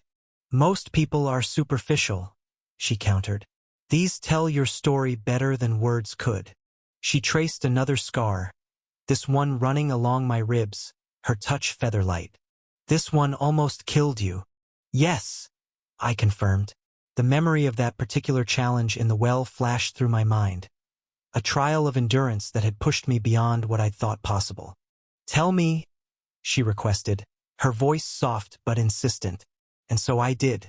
In the darkness of that room, with Serafina pressed against me, I shared experiences I hadn't yet voiced to anyone. The trials of the well of miasma, the transformations they had forced, the discoveries they had yielded. She listened without interruption, her analytical mind absorbing every detail, occasionally asking precise questions that cut straight to the heart of what mattered. Hours passed this way, conversation interspersed with comfortable silences and increasingly passionate kisses. We maintained the boundary we'd established, but explored the territory before it thoroughly, learning each other's responses, preferences, the particular touches that elicited the strongest reactions.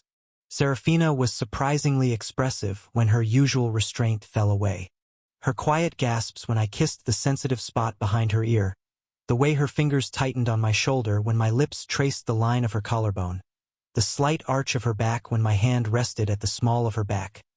All these reactions I catalogued carefully, building a map of her responses for future reference. Eventually, conversation gave way to drowsiness. Serafina's eyelids grew heavy, her normally alert gaze softening with approaching sleep.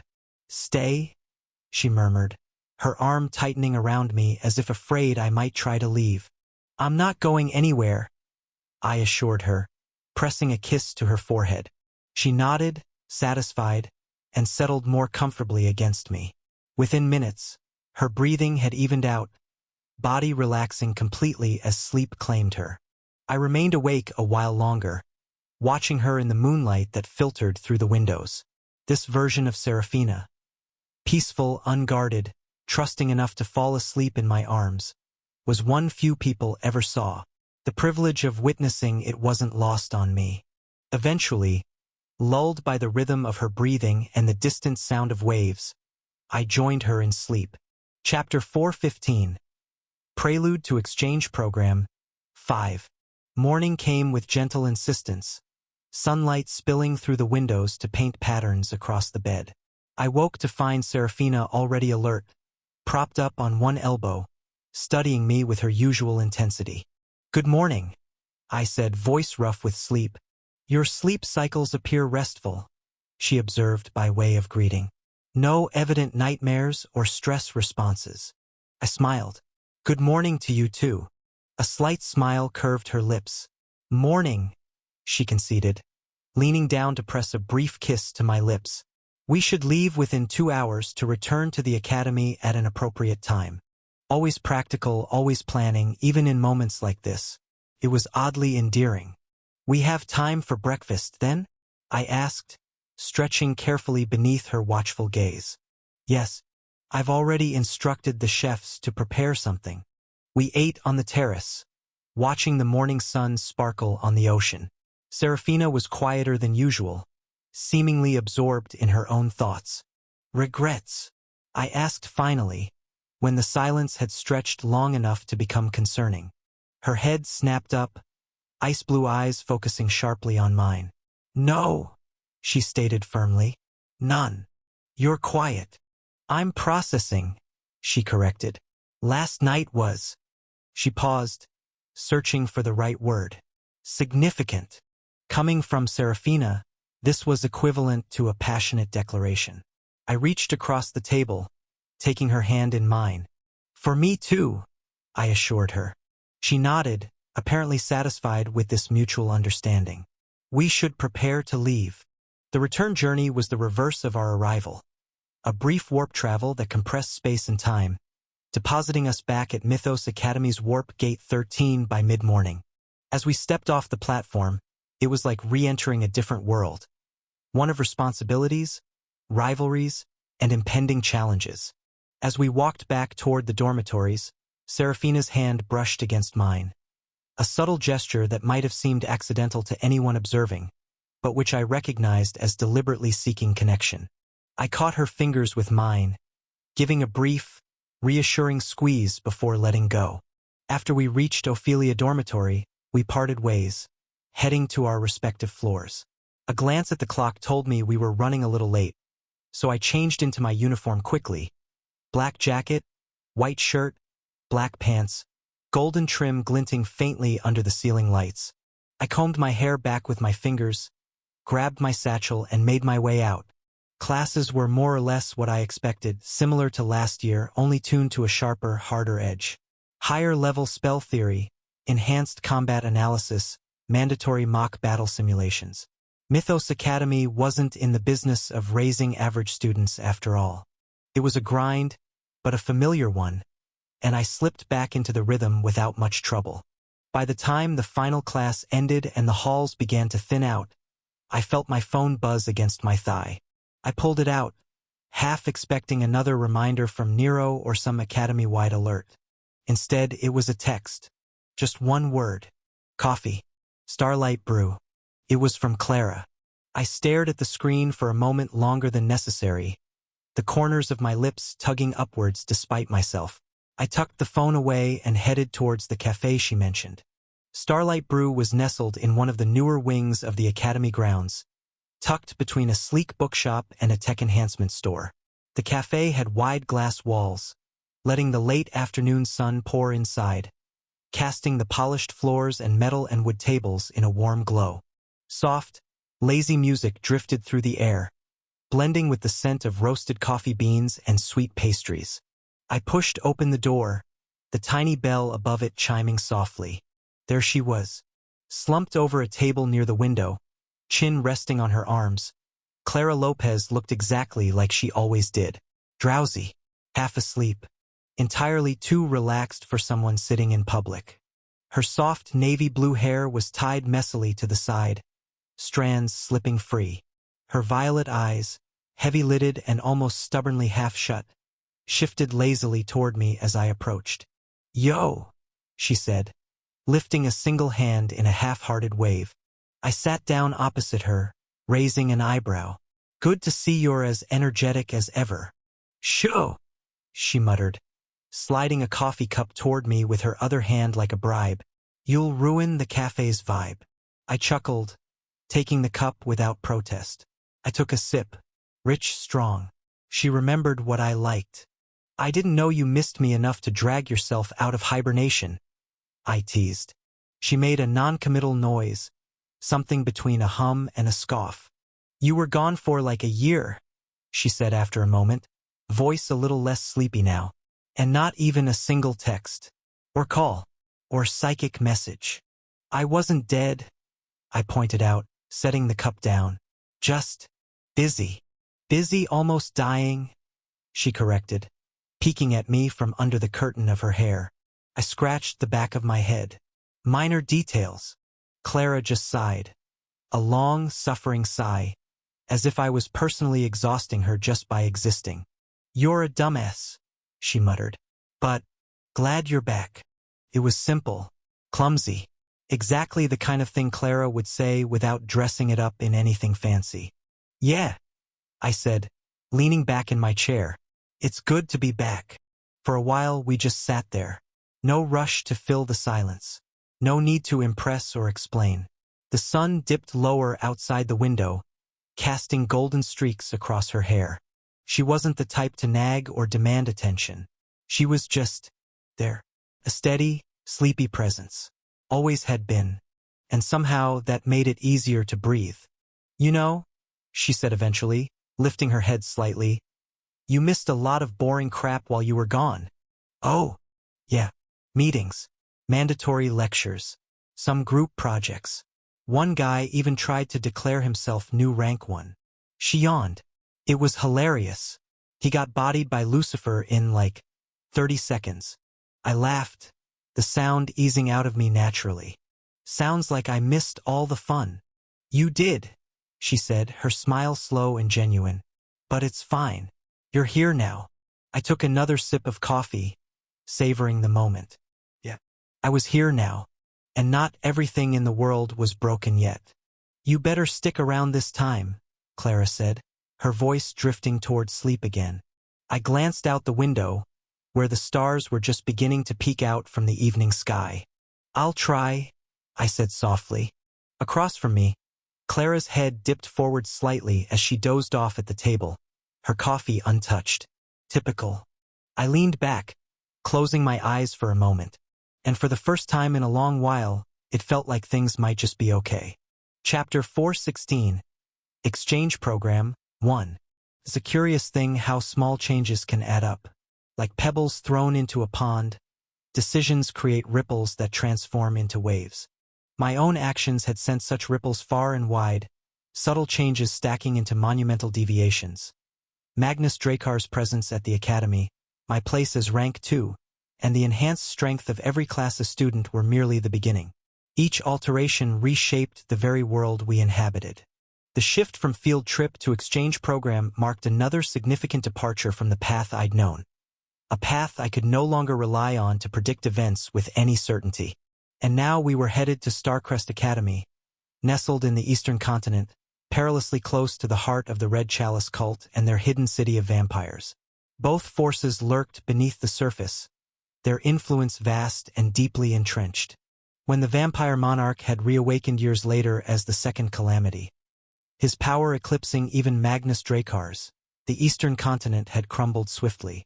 The continent's mightiest defenders had fought and fallen before the vampire forces, leading to staggering losses. Though the eastern continent's strength was spread across its territories, the swift and brutal assault left an indelible scar. Even Starcrest Academy, proud and storied, had been swept away in the chaos, and we were walking straight into that territory. The vampire monarch's threat was temporarily contained, his full strength still out of reach as he bided his time in the shadows. It would be years before he reached his peak, during the days when Lucifer ascended to immortal rank about 5 years hence, just as the Slatemark Empire would find itself torn by civil war. Waiting for that day was not an option. If I allowed him to reach his full potential, the gap between us would be insurmountable. Worse still, the Red Chalice's leader, also a Radiant rank, stood ready to join him. A combined force that could bring any realm to its knees. My path was clear. I had to strike before his strength fully returned. My goal was to reach Ascendant rank and secure Archmage Charlotte's support by conquering the Tower of Alchemy. Only then could I hope to challenge this ancient threat. But that confrontation lay in the distant future. For now, the task was vigilance. Red Chalice thrived in secrecy, hidden from public view, carefully expanding influence while awaiting the resurgence of the vampires. They were the serpent lying coiled in the grass, watching and waiting for the perfect moment to strike. My approach to the exchange program was straightforward. Blend in, focus on training, and work toward reaching the wall. Starcrest wasn't where I planned to fight battles. It was where I would prepare for them. At last, departure day arrived. We boarded the school bus alongside the third-year professors, and to everyone's surprise, the Marshal King himself decided to accompany us. His presence was a silent reassurance. As the strongest in the world, nothing short of a colossal threat could trouble us with him nearby. As expected, the 4 young women who had claimed places in my heart swiftly claimed the back row with me. The 3 princesses, Cecilia, Rachel, and Seraphina, positioned themselves with the confidence of those born to royal privilege, while Rose, daughter of the Marquis Springsaper, moved with the quiet grace that balanced her noble upbringing with her naturally serene demeanor. Rachel found herself on the outer seat, while Cecilia and Seraphina settled on either side of me, each claiming a hand with familiar warmth. Rose sat beside Seraphina, her calm presence a counterpoint to the princess's more assertive natures. Her brown hair caught the light as she tilted her head, auburn eyes regarding the passing landscape with thoughtful appreciation. It had been 2 years since my last visit to the eastern continent with Seraphina. The mist-laden landscapes of Mount Hua remained a vivid memory. "Arthur?" Cecilia suddenly declared, her crimson eyes gleaming with anticipation. "You do realize our coming-of-age ceremonies are approaching soon, don't you?" I blinked, caught off guard. "All of yours." She nodded with a sigh that carried the weight of royal disappointment. "Since you didn't come to mine last time, I had to dance with my brother. Can you imagine? A princess dancing with her brother instead of her chosen partner." "Your brother," I echoed, looking around at the others. Rachel sighed, her expression softened by a faint smile. "I had to dance with my father, and so did Seraphina," she explained. 2 princesses, reduced to dancing with their fathers. "All because you weren't there, Arthur. Abandoned on our most important day," Seraphina added, her gentle voice carrying just enough reproach to make me wince. "I danced with my father too," Rose said quietly, her auburn eyes reflecting memories. "But my heart wasn't in it." Her smile spread slowly, warm and genuine. "Some dances are meant for someone specific." I nodded, feeling both honored and humbled by their devotion. "I'll make it up to you this time." "Of course you will," Rachel declared with the certainty of a royal decree. She crossed her arms, a smile playing at her lips. "After all, we didn't give our hearts to anyone else for a reason. You belong to us." "To all of us," Rose amended softly, her calm voice carrying unexpected authority. "Different as we may be, princesses and Marquis' daughter alike, we share this bond." The words settled around us with comfortable finality. Our time apart had deepened something between us, creating connections that needed no explanation. Our route took us toward the massive teleportation portal at the Academy's edge, a towering ring of ethereal light changing colors in silent pulses. Passing through felt like moving between worlds in the span of a heartbeat. When we emerged, we stood in Warian, a city that embodied the strength and elegance of the eastern continent. Buildings with delicate carved archways stood alongside gleaming towers of glass and steel, tradition and innovation existing in perfect harmony. At the Academy's entrance waited an imposing figure who stood with unwavering dignity. He wore traditional robes accented with subtle armor, a reminder of both heritage and readiness for battle. This was Moyong Zhong, headmaster of Starcrest Academy and head of the ancient Moyong family, a man whose power was spoken of with reverence across the continent. He acknowledged us with a measured nod. "Welcome to Starcrest Academy," he intoned, his voice deep and measured. "We hope you find your time here challenging and rewarding." We returned his greeting with formal bows, respecting the customs of our hosts. He led us to what they called the base, a reserved section for visitors that balanced simplicity and refined comfort. As we settled in, I noticed Siola Moyong watching us with careful consideration. She approached with a perfect bow. "I'll be your guide during the exchange," If there's anything you need or want to know about Starcrest, don't hesitate to ask.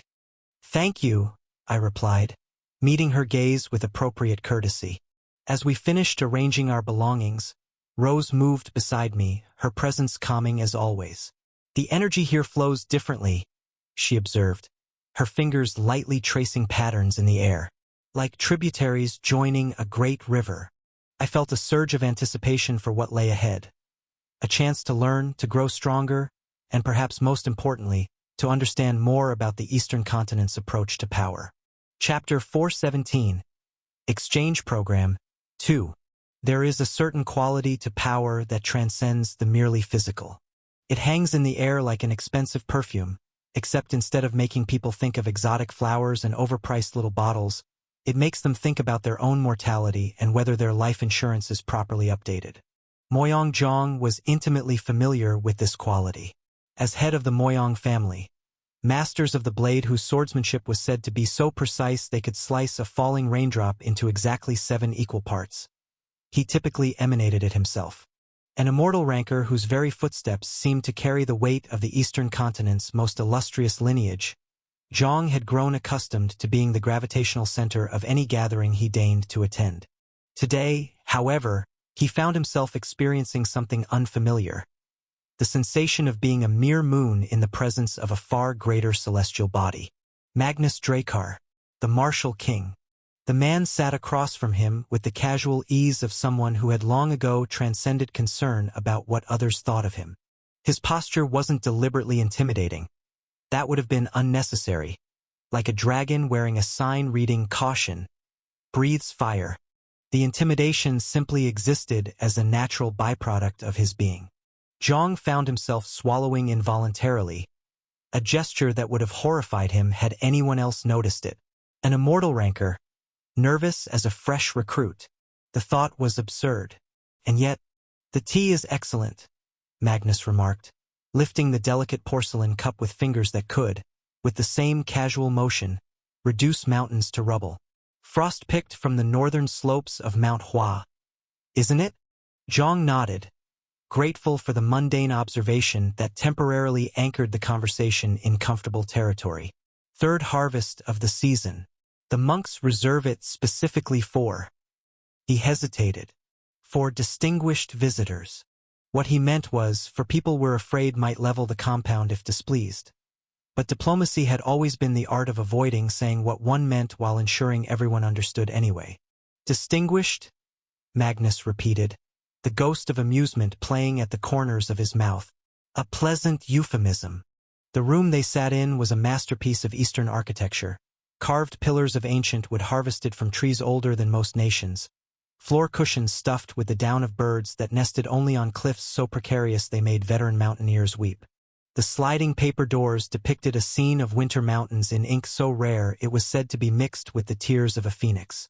All of it, every plank, every brushstroke, existed to impress upon visitors the unfathomable wealth and taste of the Moyang family.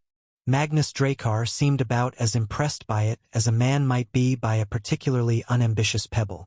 I didn't expect someone of your standing to join us for what amounts to a training exercise, Zhang said, keeping his voice carefully neutral.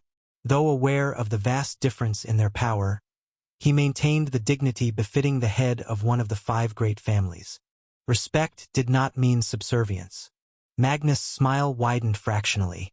If normal smiles were meant to signal friendliness, this one seemed designed to remind viewers of the precise arrangement of teeth in a predator's jaw. I had to come, he replied simply. My disciple is here. That Zhang understood immediately. Magnus Drakkar was well known throughout the world, but increasingly, so was his apprentice, Arthur Nightingale, the young prodigy whose rise had been as spectacular as it was inexplicable. The boy had appeared seemingly from nowhere, with abilities that defied conventional understanding. And then he had disappeared for nearly a year, only to return even more formidable than before. Your disciple? Zhang echoed, letting the weight of the word hang in the air between them. I observed him earlier today during the preliminary assessments.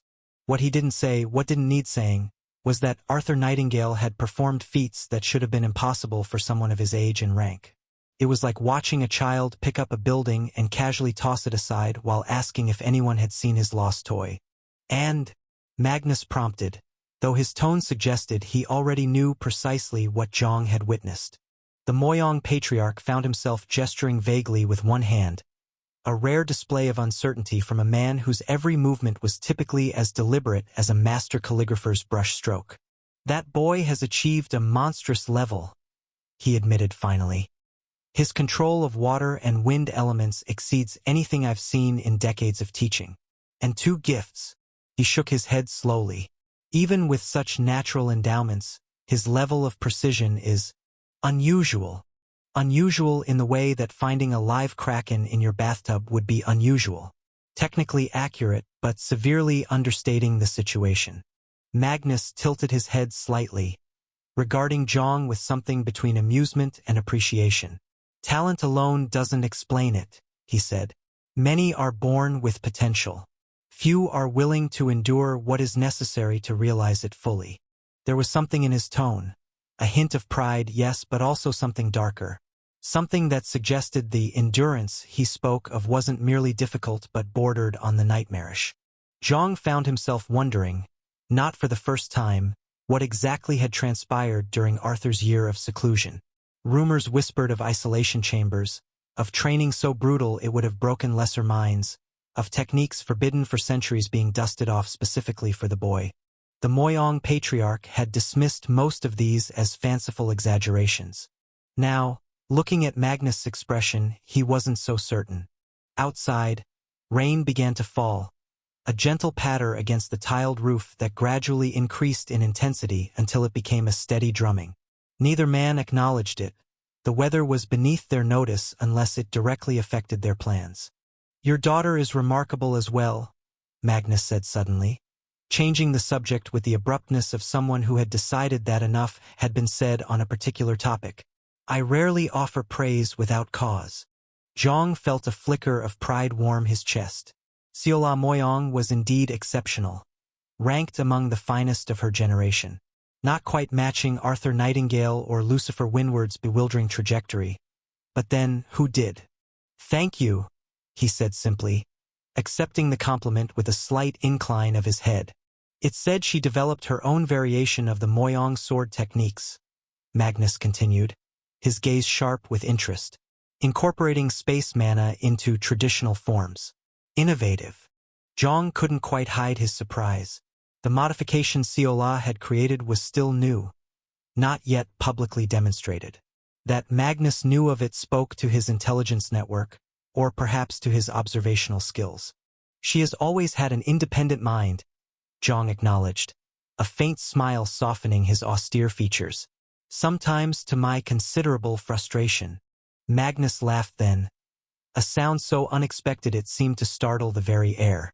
"The best ones always do," he said, raising his teacup in a gesture that might have been a toast. "They never simply follow the path laid before them. They question. They challenge. They improve." Zhang raised his own cup in acknowledgement. For a brief moment, they were not immortal rancor and radiant rancor, not family patriarch and legendary warrior, but simply 2 men who understood the peculiar pride and exasperation that came with nurturing exceptional young talent. "I trust you've planned something sufficiently challenging for them," Magnus said, setting his cup down with a deliberateness that seemed to mark a return to business. Zhang's eyes gleamed with a sudden intensity. "Naturally. We intend to move beyond mere training exercises. They'll be joining actual missions, confronting genuine threats under the supervision of our best." "Good," Magnus nodded approvingly. "They need that crucible now. Theory without application is like a sword that's never left its sheath. Pretty to look at, perhaps, but useless when it matters most." As if punctuating his words, a flash of lightning illuminated the room, casting their shadows against the far wall. 2 silhouettes that seemed, for an instant, far larger and more imposing than the men who cast them. "To the next generation," Magnus said, raising his cup once more. "May they surpass us all." Zhang touched his cup to Magnus, the faint sound of porcelain meeting porcelain barely audible over the storm outside. "Gods help us if they do," he murmured, only half in jest. Both men drank deeply, their eyes never leaving each other's. Two mountains acknowledging that even they might one day be overshadowed. Chapter 418. Exchange Program 3. Wait, what did you just say? Ren asked, his purple eyes narrowing as he stared at Seola as though she'd just announced a national tragedy. Seola, whose golden eyes held all the mercy and compromise of a particularly unforgiving glacier, simply pointed one elegant finger toward the imposing hill that loomed ahead of us like a disgruntled titan. Climb, she repeated, with the serene certainty of someone who knows they won't be the one doing the climbing. No mana allowed. The hill, though hill, was rather like calling a shark a swimming thing with teeth, thrust upward with jagged determination. Its surface was a hostile collection of sharp rocks, precarious handholds, and the occasional patch of vegetation that looked as though it had made a terrible real estate decision and was now committed to making the best of it. I tilted my head back, surveying what would be our playground for the day. Climb that, Ian spluttered, pointing a shaky finger at the geological affront. Without mana? And seriously, why is there even a hill this close to the academy? Did someone order it from a catalog of training obstacles? The last part was a reasonable question. Seola, apparently deciding that explaining the hill's provenance would consume valuable suffering time, simply clapped her hands together. The sound was like the starting pistol at a race nobody had signed up for. You Mytho students get a head start since you're likely unaccustomed to this. Her voice carried the polite implication that Mytho students were soft, pampered creatures who would benefit from a handicap. Starcrest students will follow 10 minutes after you begin climbing. Without waiting for further complaints, Serafina darted forward, her silver hair catching the sunlight as she moved. There was something almost hypnotic about the way she approached the climb, not with resignation or determination, but with the comfortable familiarity of someone greeting an old acquaintance. It was easy to picture her as a child scrambling over the rocky terrain of Mount Hua, where vertical was considered a perfectly reasonable direction in which to build a home. And just like that, the challenge began. For me, the climb wasn't particularly demanding. Even without accessing mana, the strength I developed permeated my body. Muscles that had been repeatedly broken down and rebuilt, bones that had grown denser from stress and recovery, reflexes honed through countless hours of training. Integration rank had changed me on a cellular level, my nervous system now a finely tuned instrument that processed information with supernatural efficiency. I soon overtook Serafina, who moved with the grace of a mountain cat but hadn't yet reached integration rank. She was close. Perhaps another month of dedicated training would push her through the barrier. Watching her methodical, precise movements, I felt a flicker of pride in her progress. "Show off," she called up to me. Though the smile in her voice removed any sting from the words, the physical training had purpose beyond simply making us miserable. In a world dominated by mana, it was easy to forget that the body itself was the foundation upon which all else was built. Raw physical power, when properly channeled through mana, amplified every technique. For close combat specialists like myself and Lucifer it was essential, but even for ranged combatants like Rachel, Cecilia, and Rose, physical conditioning provided the stamina and agility that could mean the difference between life and death. I continued upward, each handhold and foothold part of a larger pattern, a deliberate reinforcement of the foundation that would support what was to come. The burning in my muscles was a familiar friend, the strain a reminder of the journey still ahead. Serafina and I reached the summit first, with the others arriving in staggered waves behind us. Most of the class's students maintained their lead over the Starcrest contingent, though Rachel, Cecilia, and Rose, more accustomed to spellcasting than cliffscaling, lagged somewhat behind.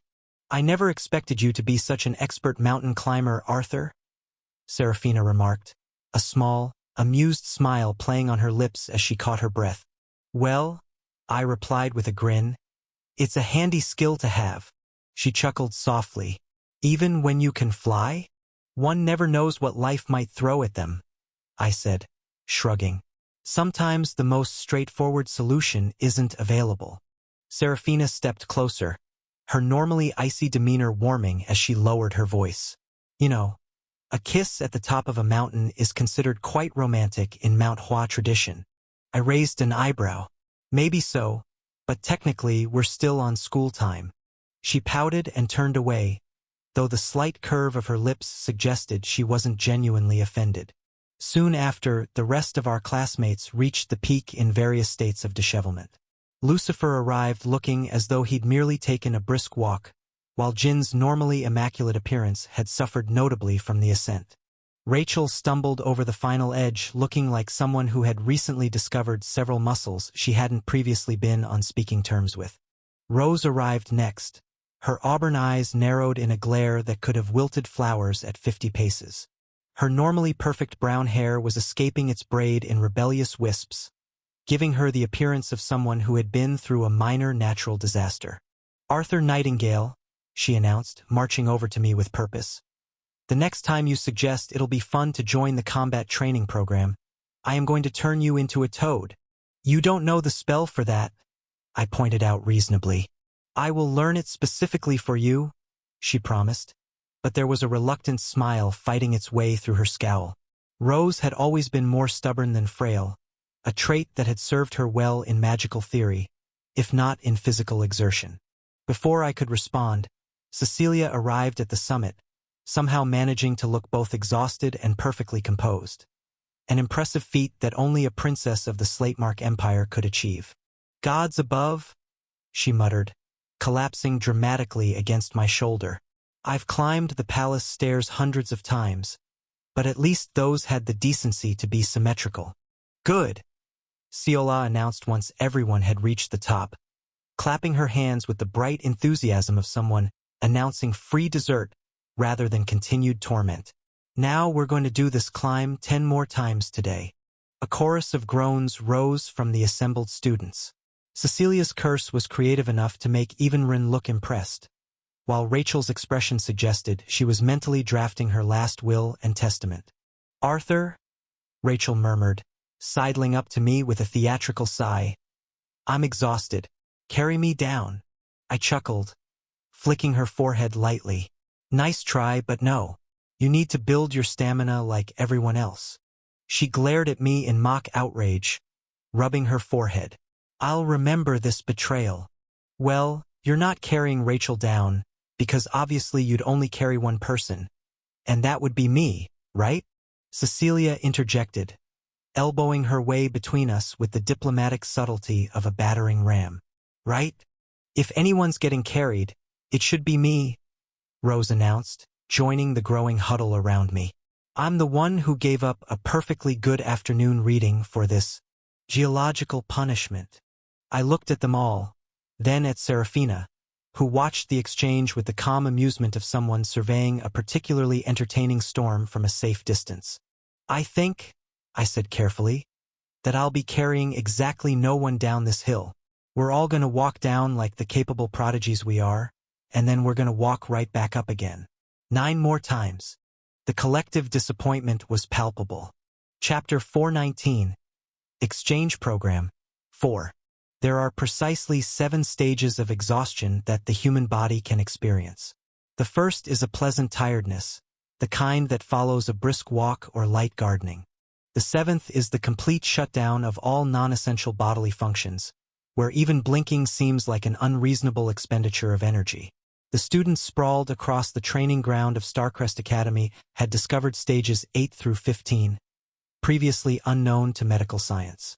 This is torture," Cecilia gasped, her normally regal composure utterly abandoned as sweat traced elaborate patterns down her flushed face.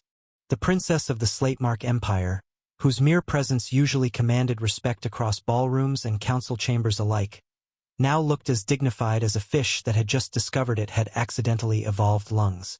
Nearby, Rachel had achieved a state of perfect horizontality, having surrendered completely to gravity's insistent demands. Her golden hair splayed out around her head like a halo designed by an artist with a particular fondness for chaos. Rose, typically the most composed of the 4, sat with her back against a stone marker, her auburn eyes narrowed to slits as she brushed sweat-dampened brown hair from her forehead. "When I die," she announced to nobody in particular, "I want my tombstone to read, She survived calculus, but the hill killed her. Even I felt the toll of climbing that monstrosity of a hill 10 times without accessing mana. My muscles hummed with the particular satisfaction that comes only from the kind of exertion that makes one question their life choices. For most students, this sort of physical trial would only be manageable through relentless daily practice or the enhanced stamina that comes with reaching ascendant rank and undergoing the body's first metamorphosis. Now, Ciola announced, looking as though she had perhaps taken a particularly vigorous stroll rather than scaled a small mountain 10 times. We'll move on to mana training. She turned toward us with a smile that contained precisely the correct ratio of encouragement to sadism. The Eastern continent may be a bit behind in advanced spellcasting, but we place no less value on it. The history of mana's emergence on the Eastern continent was a curious one. In the early days, when mana first appeared and the East still maintained its isolationist policies with the stubbornness of a particularly determined tortoise, they had produced hardly any mages in the Western sense. Instead, mana was wielded to amplify physical strength, a practice they called qi, giving rise to what the world now recognizes as martial artists. The East had clung to this tradition with the tenacity of a collector refusing to part with their prized porcelain figurines. But even the most stubborn traditions eventually bend to practicality. With increased exposure to the rest of the world came the gradual realization that perhaps turning oneself into a living weapon wasn't the only application for mana. Though martial artists remained the dominant force, the need for spellcasters grew, and now the East boasts a respectable number of them, even if warriors and martial artists still monopolize the positions of power with the dedication of politicians at an open bar. With Ciola's instruction, we each delved into our training, focusing on our unique strengths. Rachel, Rose, and Cecilia devoted themselves entirely to spellcasting as they both were mind aspect specialists, their hands weaving complex patterns in the air as they manipulated the elements, though Rachel focused on pure light instead of mana. Serafina and Ian channeled their energy purely into aura enhancement, their weapons beginning to glow with the concentrated power of their will. Lucifer and I, as masters of both disciplines, balanced our practice between spellcasting and martial technique. The modern world demanded versatility, even if specialization still held its merits. As I moved through the forms of my grade 5 art, I noticed Ciola's golden gaze lingering on my sword.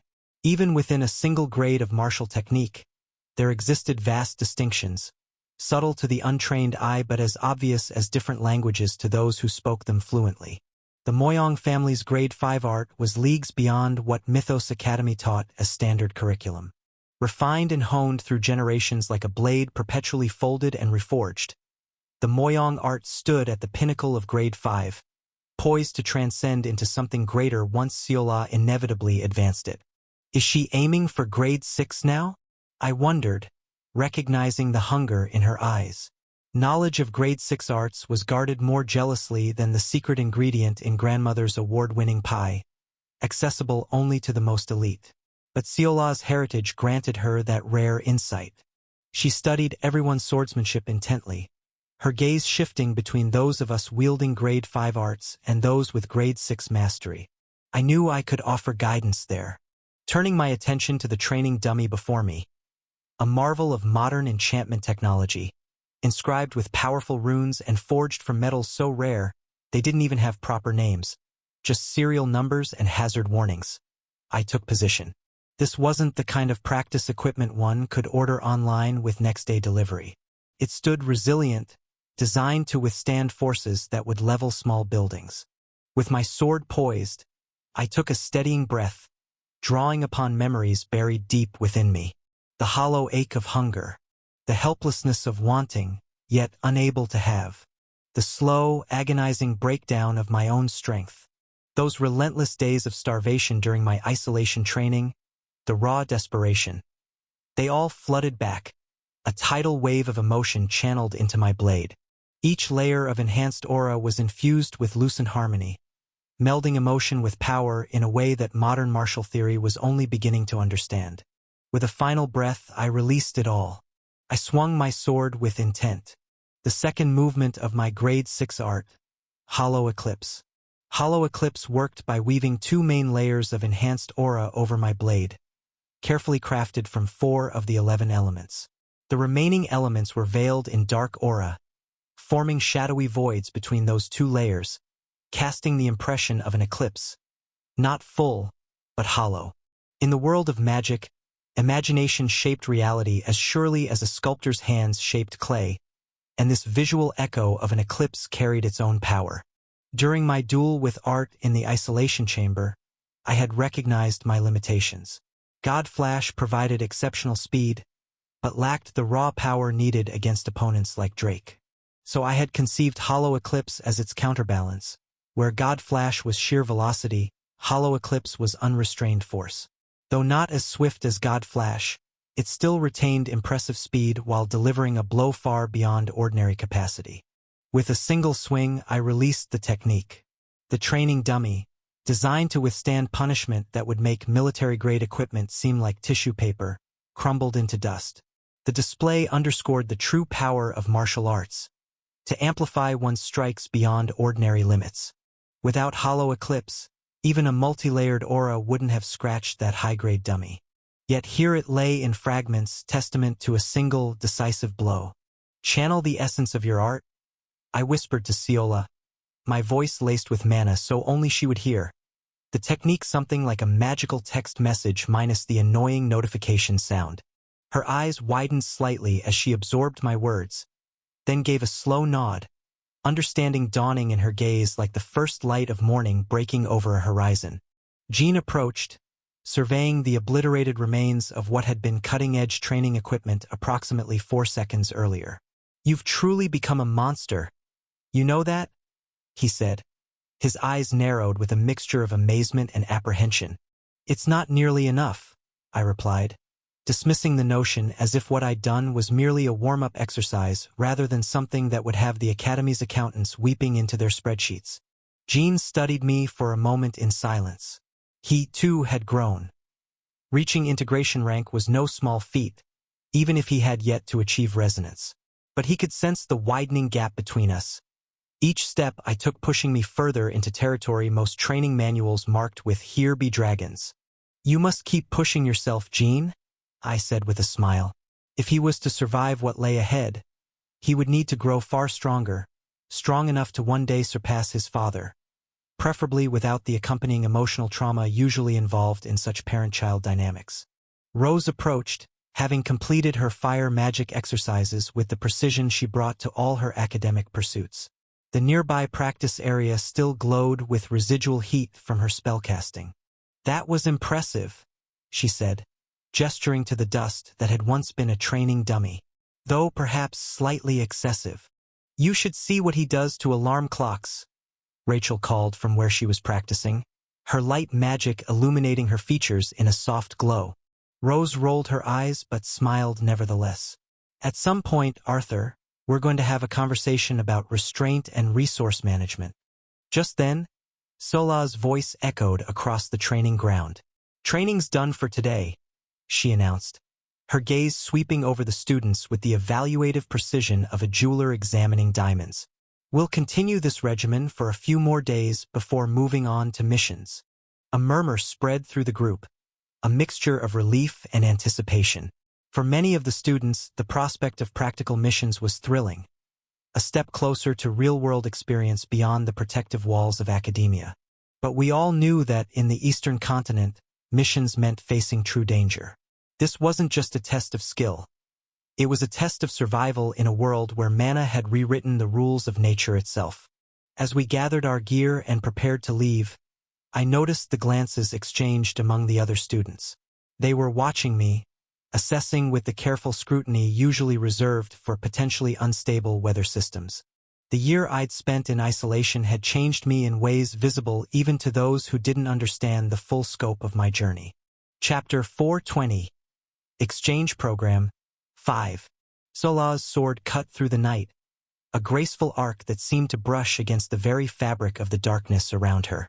In the outside training ground, protected by ancient runes etched into the stones, she worked her way through each movement, her mind chasing an elusive understanding. The essence of my art, she thought. The grade 5 sword art of the Moyong family, Skyward Lotus. It was not a humble art, nor a restrained one. Skyward Lotus sought to rise above, to claim the heavens, to wield a blade that looked down upon all beneath it. It was an art of audacity, of heights reached through sheer will and grace. Her enhanced aura, a blend of wind and water, resonated along the length of her blade, and her stance became a reflection of the art's lofty ambition. But even as her aura resonated along her sword's edge, something held her back. What exactly was her art missing? She was already approaching the zenith realm of mastery, an inch from achieving full command over the Grade 5 art. But mere mastery was not her ambition. She wanted to transcend it, to push beyond the boundaries of this art. Her gift, the heavenly sword soul body, demanded nothing less than perfection. Arthur, she thought, his image sharp in her mind. He was her age, yet he had crafted his own Grade 6 art, complete with 2 devastating movements. The force of his strike lingered in her memory, each swing born from a clear understanding, a unity between the art and its wielder. Then what was she lacking? Talent was not her shortfall. Her swordsmanship talent matched, if not exceeded, his, and her mastery over Skyward Lotus was already nearing its peak. No, it wasn't talent or technique. She knew it was something more profound, something deep within her art itself. The purpose, perhaps, or a truer, more raw essence that demanded to be felt, not merely understood. Seola took a deep breath, centering herself, allowing her mind to drift as she held the sword at her side. The night was still, the air cool against her skin. The sky itself, an unyielding freedom. She suddenly understood. What was missing was not technique but purpose. Skyward Lotus was not a blade for conquering others. It was a blade for achieving a boundless view, a blade to meet the heavens. With a new clarity, she took her stance once more, and her sword rose with a power that flowed from her very soul. She knew she was close to creating something that could rival even Arthur's art. As she moved, her aura became lighter, almost weightless, her blade now an extension of her will to reach beyond the world itself. I watched as Seola's sword carved through the night air, her movements graceful yet fierce, each stroke alive with a purpose that felt unbound. The Moyong family's art was on the brink of something remarkable. She's close, I thought, a faint smile tugging at my lips. The Moyong style had long wrestled with the concept of blossoming, much like the Southern Edge sect's snowflower arts, a concept beautiful, but often a limit in disguise. While the snowflower arts were trapped at Grade 4 because they clung too closely to a metaphor without substance, the Moyong family's art carried a spark of potential.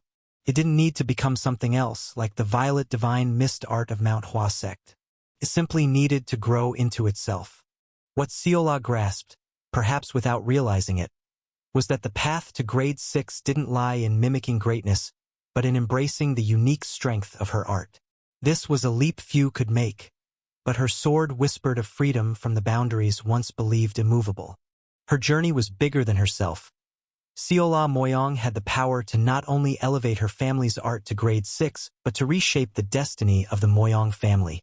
With her breakthrough, the Moyongs could truly stand on par with the Kagu family and the Mount Hua sect, cementing themselves as one of the 3 overlords of the Eastern continent. Humanity would need such strength, such unity of purpose, for the future that lay ahead. I hadn't expected this sight when I came here to train alone, but it was a welcome one. "Oh, so you're here," Seola said, only now noticing me. Her breaths came heavy as she lowered her sword. "What will you call the art?" I asked. "Infinite Horizon," she replied, a slight smile lighting her face. An ambitious name, but that suited the Moyong family well. Their founder had once dreamed of becoming the sky itself, and Seola, with that unmistakable fire, seemed bold enough to reach even beyond. "It fits," I said. "Not too arrogant?" she asked, her golden eyes narrowing slightly. "Not in the least." "Good," she replied with a short nod, her voice firm and settled. "Thank you for helping me," Seola said at last, dipping her head in a light bow. "I didn't help much," I replied, accepting her swords. "You picked that up just by watching me use my own Grade 6 art." "I wouldn't have," if you'd chosen to use the first movement. I couldn't argue with that. She was right. God Flash wouldn't have sparked the insight she needed like Hollow Eclipse had. I glanced at the blade in her hand, a small smile forming. Then her golden eyes studied me, appraising. She took a step closer, head tilted. I've sensed it before, but you are strong. No, beyond strong. Thanks. You're strong too, I replied honestly. The Seolah standing before me could likely give even Ren a run for his money, though she had some way to go before reaching Lucifer. Her body, well-trained and lean, bore the marks of her dedication, slight abs showing through her training attire, and she would only grow stronger yet, especially once she formed her sword heart and unlocked the deeper power of her gift beyond mere talent. Perhaps, she replied, though she wore a small frown. But it feels unfair standing next to you. Are you sure you're the same age as me? Her words took me by surprise, and I let out a laugh. Yes, I'm quite sure, Seolah. I'm 17. Really? She asked again as if hoping I'd admit to being older. Yes, really. And why do you feel this way toward me and not Lucifer? I raised an eyebrow. He's stronger than me. She nodded thoughtfully. But you're something else. I can't even sense your level properly. I'll take that as a compliment, I replied with a smile. Anyway, you should go see the headmaster. He'd be pleased to know you've elevated the Moyong family art. But it's incomplete, she said, a hint of frustration in her voice. I've only finished the first movement. It could take a decade to complete the whole art and pass it on properly. Even so, it's a step forward. I gave a nod of encouragement. I should get back to my own training. See you around, Seolah. See you, Arthur, she said with a small smile as she turned and walked away.